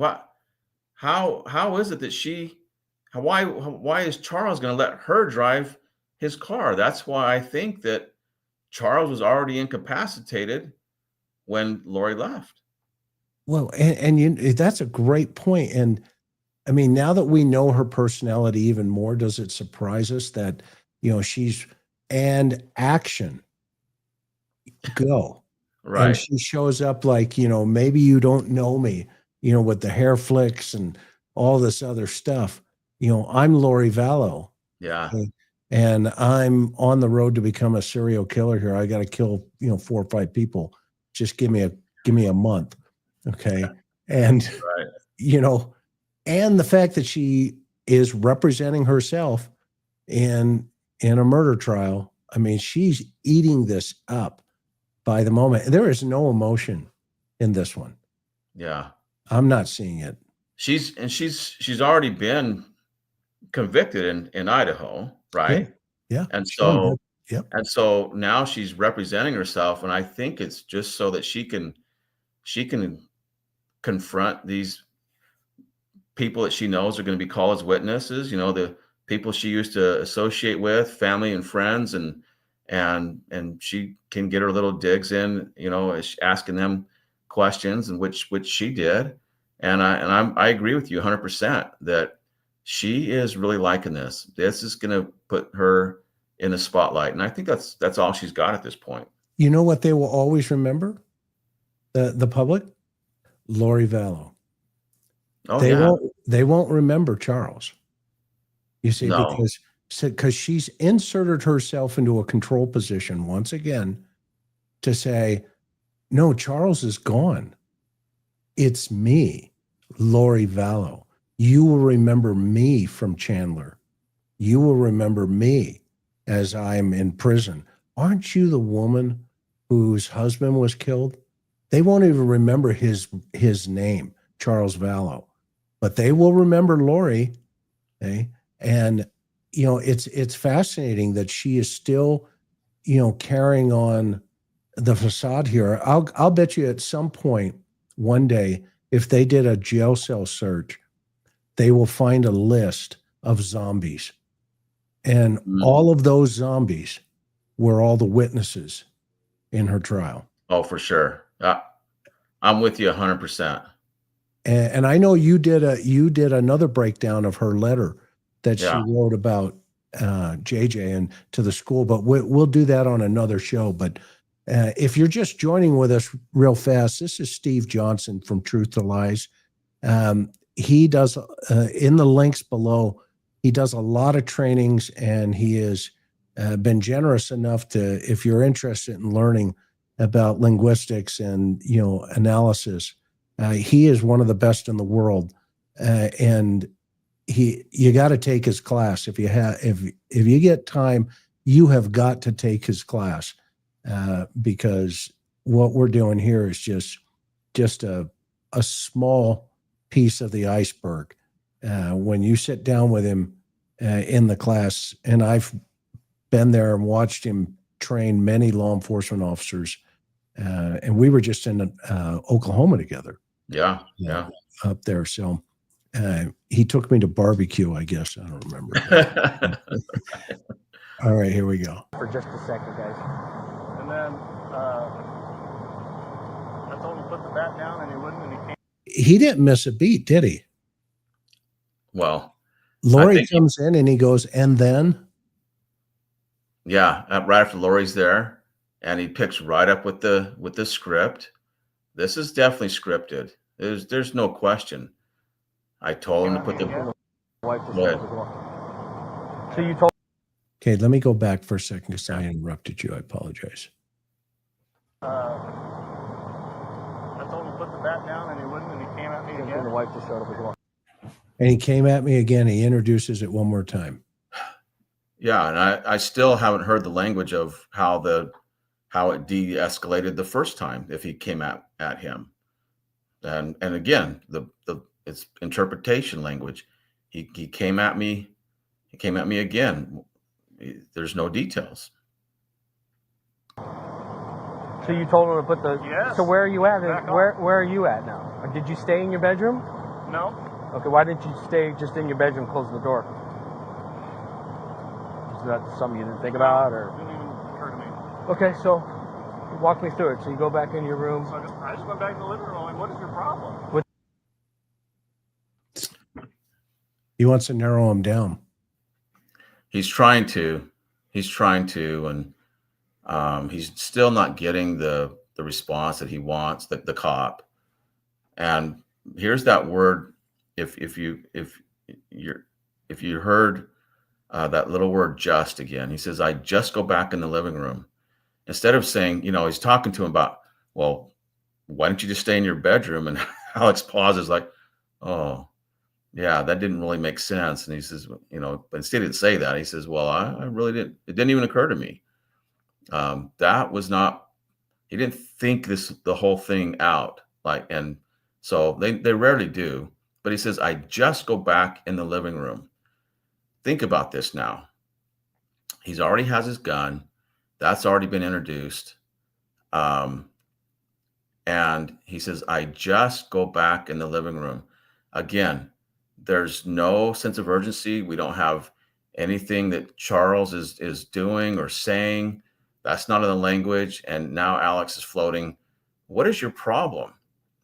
The thing is, at this point in time, these quotes now, is, I think, are going to be unreliable. I think what we saw earlier when I said, I think this is Charles' last words were, what are you doing? This is when Alex is most likely pointing that gun at him, and he knows he's going to get shot. So this right here now, where he says, I just go back in the living room, this would indicate that there's already been something that's happened already, and now he's going back in the living room. What's your problem? I think this is made up right here. Yeah, I can see Lori keeping him in the living room and him going back to get his gun and fix it. To your point, yeah. The gun in your Yes. And I said, I want you to put that bat down. And he wouldn't do it. And he's like, and he came at me with the bat again after he'd already hit me in the head. So I shot him to stop him. Okay, and then what happened? That was it. Okay. Is it Alex or Alexander? What do you go by? Yeah, where he goes, I'm reading your note. He says, and I said, I want you to put the bat down, and he wouldn't do it. And he was like, dude. Mm-hmm. And he came at me with the bat again after he had already hit me in the head. So I shot him to stop him. What's happening? Well, he's having to provide explanation for the story that he gave, or that he's floating here. Alex says, well, the cop asked, so you have the gun in your hand? He says, yes. And I said, I want you to put that bat down, and he wouldn't do it. Chris, that word said, it's a communication word. It's communicative language, we call it. If you are in a tense situation and someone asked you after the fact about that situation, how it played out, what happened, if you will use language that accurately reflects your perception of that situation. And Alex's perception is that he used soft communicative language, the word said, rather than I told him to put the bat down. I told him, I yelled at him to put the bat down.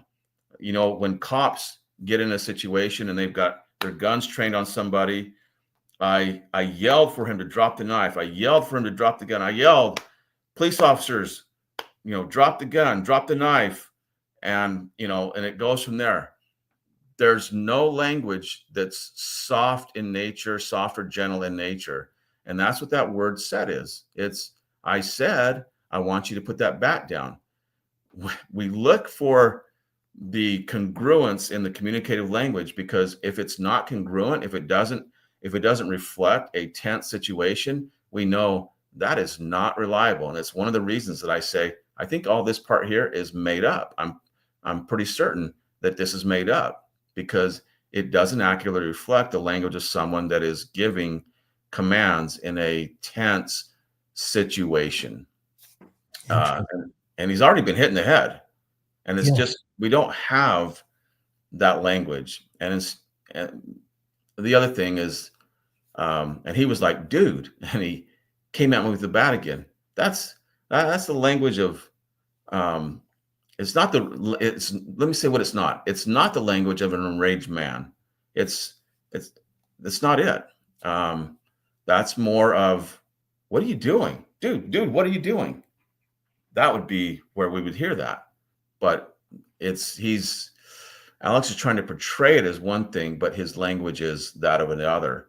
And that's one of the ways that we pick this apart, when we're able to determine when they're telling the truth and when they're not, is this type of thing. It's such little things, but it's so simple, but man, in the end, it's a big thing.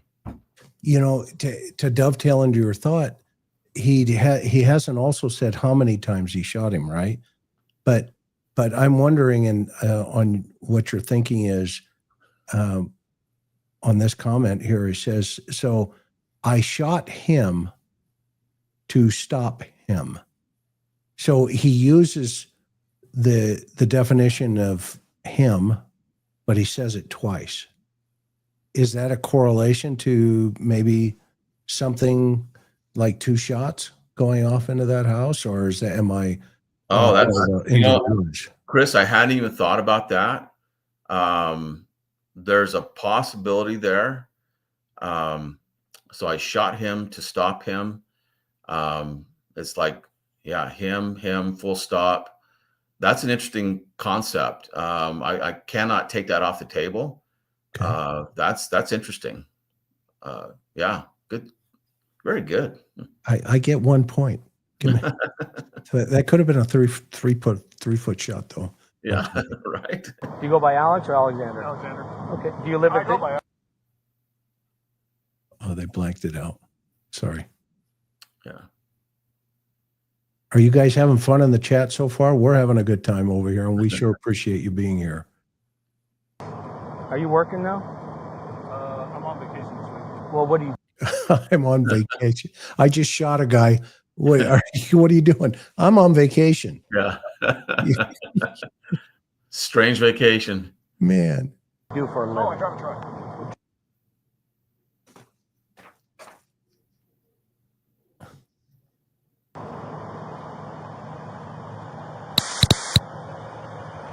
Hey, I'm gonna get some tape.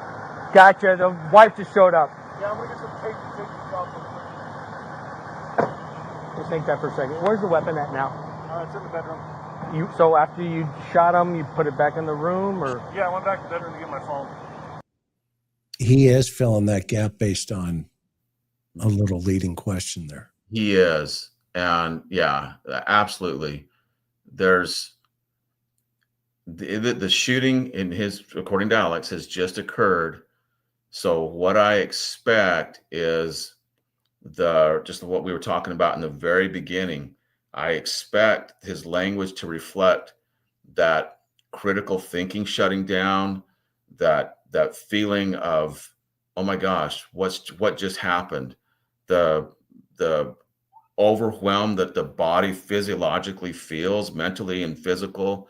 And it's, you know, we have a hard time processing something like this. And for Alex to even be able to say to go put the gun back in his room, it's like there's been no lapse in critical thinking whatsoever.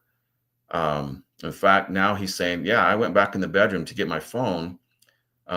Still just no, you can sense that time is passing. And if time passes, that means information is also being skipped over. There's no urgency. And I'm really, really wanting to hear that language of what just happened.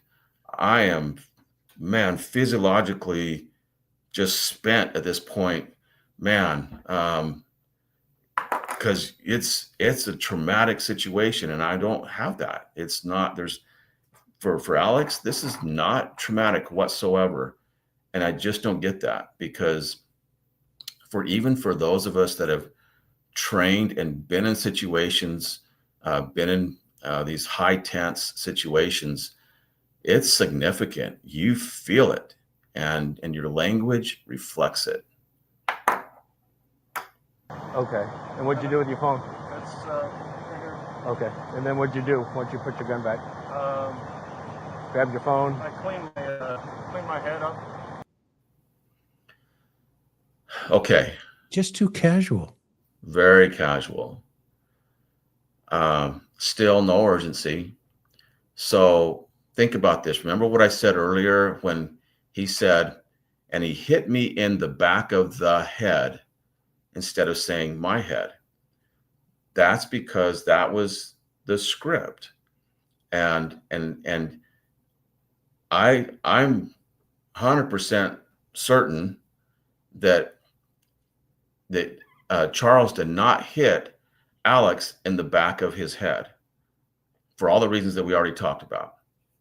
I don't think Alex would even be walking or sitting or anything right now. But now you have this time passing, and he's saying, the cop says, and then what'd you do once you got your gun back? The cop gave him an answer, said, grab your phone. And Alex, to Alex's credit, he didn't pick up on that grab your phone thing. He says, I cleaned my head up. So there's a hesitation, but notice he's saying my head. I cleaned my head up now, instead of saying cleaned the back of the head. It's now my head. And it's because he actually does have an injury. This is when Alex likely bunted himself in the back of the head. And like you said, it would just be a bunt. That's all that injury was. It's not Charles hitting him in the head. But now he has an injury. And so it produces my head. He's feeling it. It's my head hurts. My head, clean my head up. So it's also, it's not that he even had to, part of the information that's been skipped here is, if you're hitting the back of the head, and how many times have you had an injury or something and if it's somewhere that you can't see, what's the first thing you do is like, yeah, I'm trying to see in the mirror how bad this is. Mm-hmm. And if Charles hits you in the back of the head, you'd want to know, oh my gosh, is my head gashed open? And so it's not that I was checking my wound to see how bad it was. No, I'm just clean my head up. It's like he knows that it's not that bad. That he just kind of just cleaning it up a little bit. The severity is already been. It's not there. The lack of severity has already been accepted. And I think this is the gap in time is when he bunted himself in the head, and that's what he's doing. Well, one of the interesting things that I thought of a while ago was, with you and I have seen so much blunt force trauma to the head, you would think his muscle memory and his baseball, experience would come back to him at that moment. It's kind of like a cop when we go to the range, we still, everything still comes back to that repetition. Mm-hmm. And I would submit at this time in his life, he has swung a bat so many times, tens of thousands of times probably. Okay. Well, why I would see him kind of taking a swing at him. Okay. And so that means you would have impact from the side coming in. Okay. In this situation, it makes it sound like the poking. Okay. Earlier, she right. poked. Okay. Like he comes at him almost like the barrel of the bat and pokes him in the back of the head. Okay. Yeah. Or, goes for the bunt and skims him, in the back of the head. So I agree with you 1,000%. This isn't lining up with what we know about Charles Vallow. And because I think if he would have hit him in the head, like you're saying, you're going to have some type of subdural hematoma or something. You're going to have a bleed back there that's probably going to, create swelling in the brain and he's going to be on a ventilator before you know it. Yes. And you and I would be standing at the end going, how much, when does he come out of this, doc? Okay. Exactly. Can I come back in a week? Right. But you're right. He is just too casual. And it does sound like what you're saying. He's buying time. There's no urgency here. Yep, for sure. Was he laying there in the living room? Yeah, he was laying there still. Every time he says, was he doing this? Alex, or to your point, Alex goes, yeah, that's the ticket. Yeah. Yeah. Yep. Take that one. Remember the guy from Saturday Night Live? That's the ticket.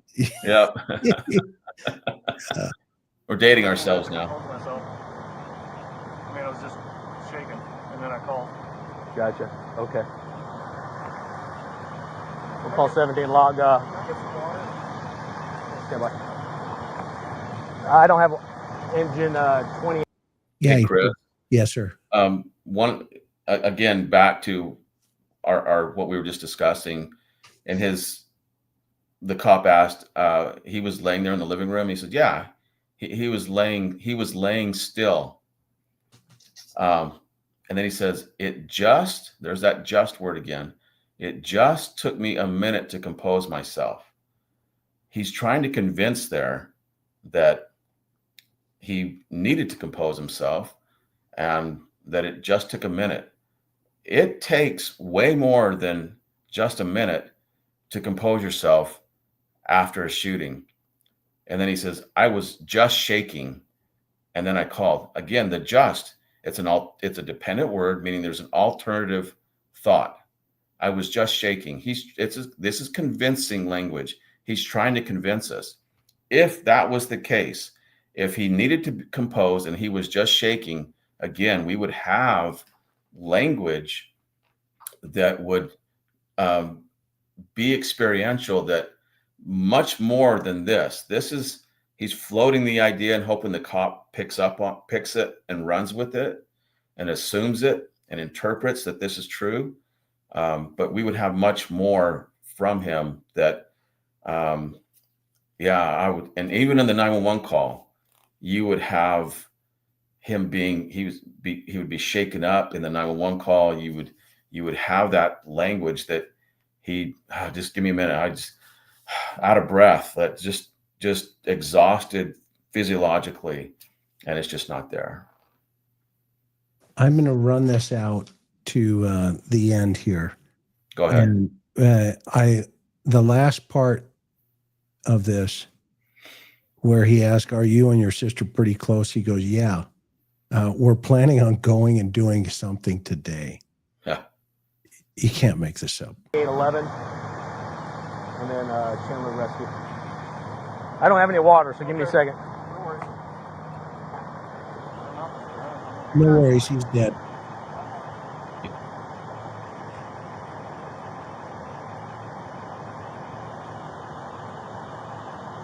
Guys, hang tight just for a second. Don't go in there. Partner, hang tight. Don't go in there just now, guys. It's now a crime scene, so hang tight. Okay, cool. Because there's no, like...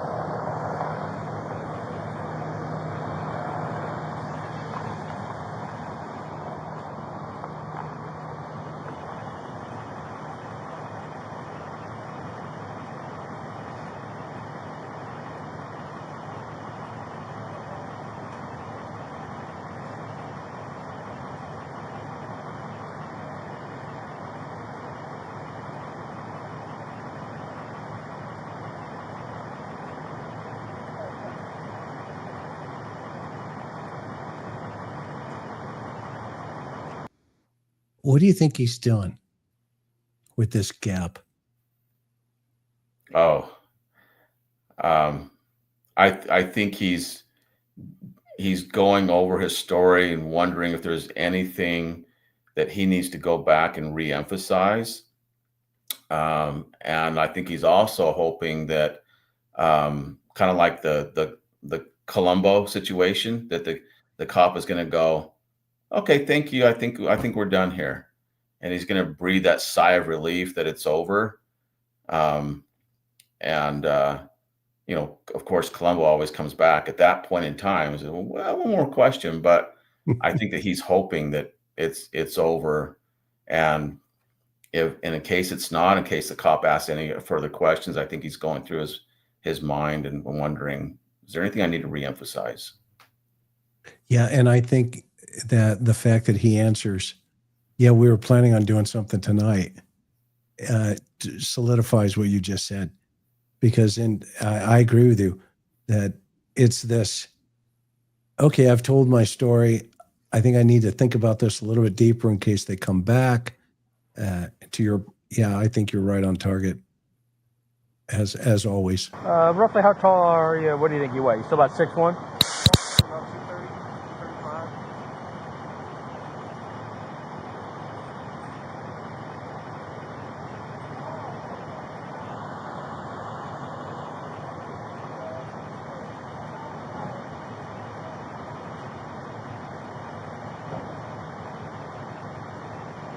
There's Granite on the left.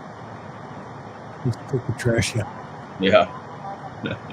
What's going on?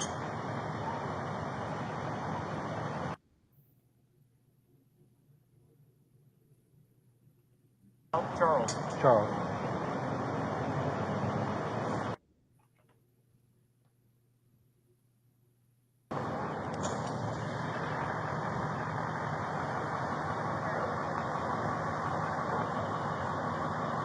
They were an eyesight of each other, Lori and Yeah. Alex here. I wonder Yeah. if there That's was a any of mistake. that communication. Yeah.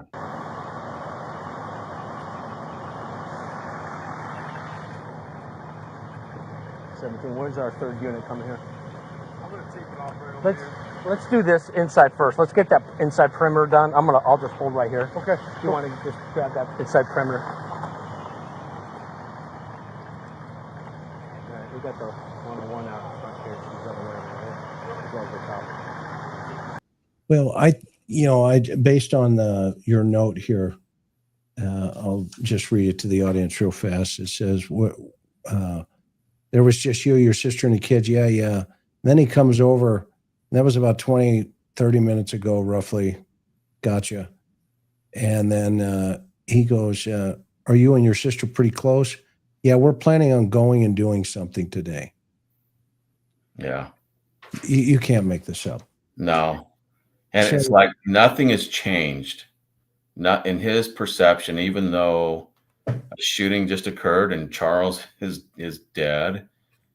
His language is, yeah, we're gonna go do something today. It's not we were planning on doing something, past tense. No, we're planning on going and doing something today.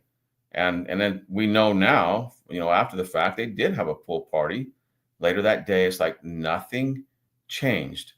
And so that's talk about the script column again. It's like, well, there's the final nail in the script column right there, that nothing changed. Plans didn't change. It's just all part of the plan. We're having fun. And that look on Lori's face is, yeah, we're having a good time here. Steve Johnson, I love you like my brother. You are a fascinating human being. Where can people find you? And tell them about the special that you're giving everybody. Yeah, my website is truthtolies.com. Truth to Lies, just like you see there, with the number 2, all one word. And for my online courses, those are now open to the public. They used to just be for criminal and professional investigators, but last year I opened them up to the public. And I have a short course, and I have the main course, Getting to the Truth, which is typically a 3-day class I teach to criminal investigators. And anyway, if you use the code TIR25, or just use the link that I think Chris has at the bottom there, Yep. you get 25% off, which I think is the biggest discount I've given to your group so far. But that'll last for probably, I don't know, 3 to 4 weeks. I'll leave that up because I know some people view this after the fact. And so I've had a lot of emails in the past saying, hey, what about that discount? Well, that was last year. So we'll leave it up for 3 to 4 weeks, and so everyone can get a shot at it. And this is an opportunity to get trained by, the real deal. As you know, Steve and Peter were colleagues, and I don't know if a lot of people knew that Peter was part of the Cold Case Foundation. Yeah, they probably don't. And you guys are probably two of the best that exist. And now, with his cancer and everything that took place there, we dedicate this show to Peter Hyatt tonight. Steve and we talked a couple of days ago, and Steve was very close to him, and it's just the Lord has called him back to the other side right now. And he sure did. I can't say enough about Peter Hyatt. That guy, in the beginning, it's been many years, but That guy started out as an instructor and then a mentor, and then we became friends and colleagues and became pretty close and started teaching classes together. And we had plans for later in the year for a celebratory dinner when he beat his cancer. But man, that cancer just was just quick and aggressive and just breaks my heart. I have his picture right back here. I see it every day and consistently reminded of all the things that I learned from Peter. And I wouldn't be here where I am now without Peter Hyatt. I just cannot say enough about Peter Hyatt. Love that man to death. And I think that the Lord has a special project for Peter in the hereafter. That's why he called him home. But that guy is, he was loved him like a brother. Chris, love you like a brother too. And we're all in this cause, in this fight, if you will, against evil, and we're just doing our part. And I love my part in the people that I've been able to meet along that path, like you and Peter Hyatt and all those in the Cold Case Foundation and so many others that I get to deal with in the trainings that I do across the United States and then online throughout the world. And it's just an honor. I couldn't even have made this up. And have you ever imagined, 15, 20 years ago that the Lord would put me in this position where I'm able to do that and have a part? And I'm just so grateful that he did and get to associate with people like you. Well, you're so kind, brother. And that was well said. And this is an opportunity for everybody. Also, he has a website, not only a website, but he has a YouTube page. So go over there and hit the YouTube page and see some of his other work that he's done. Steve, coming back soon, right? Yeah. We'll be back. Yes, Chris. Yes. You lay so low, you lay so low sometimes, but you are always welcome here on the interview room. Thank you, Chris. Everybody hit the link down below for his class and make sure that you circle back. No program on Sunday, Easter Sunday. Be home with your family and celebrate the resurrection of the Lord Jesus Christ. Okay? And let's go to Hawaii. Aloha, everybody. And thank you so much for being with us tonight. We'll see you on the next one.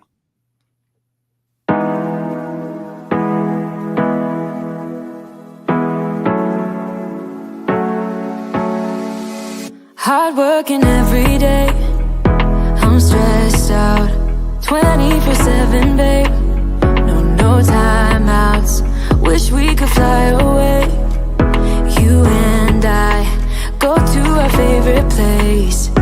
Oh yeah, make special memories together. I'll be your company now and forever. I say we fly away, you and me, go to our favorite place. Feeling the sun on my face in Hawaii. With you, Hawaii. With you, Hawaii. With you, Hawaii. I need a summer breeze, some fresh air to put my mind at ease. No cares. You wanna come with me? Me and you go to our favorite tree. Are you ready now? We jump on a plane now. We're taking away. Yeah, we're taking away. Don't hesitate now. We're taking away. Yeah, we're taking away. We'll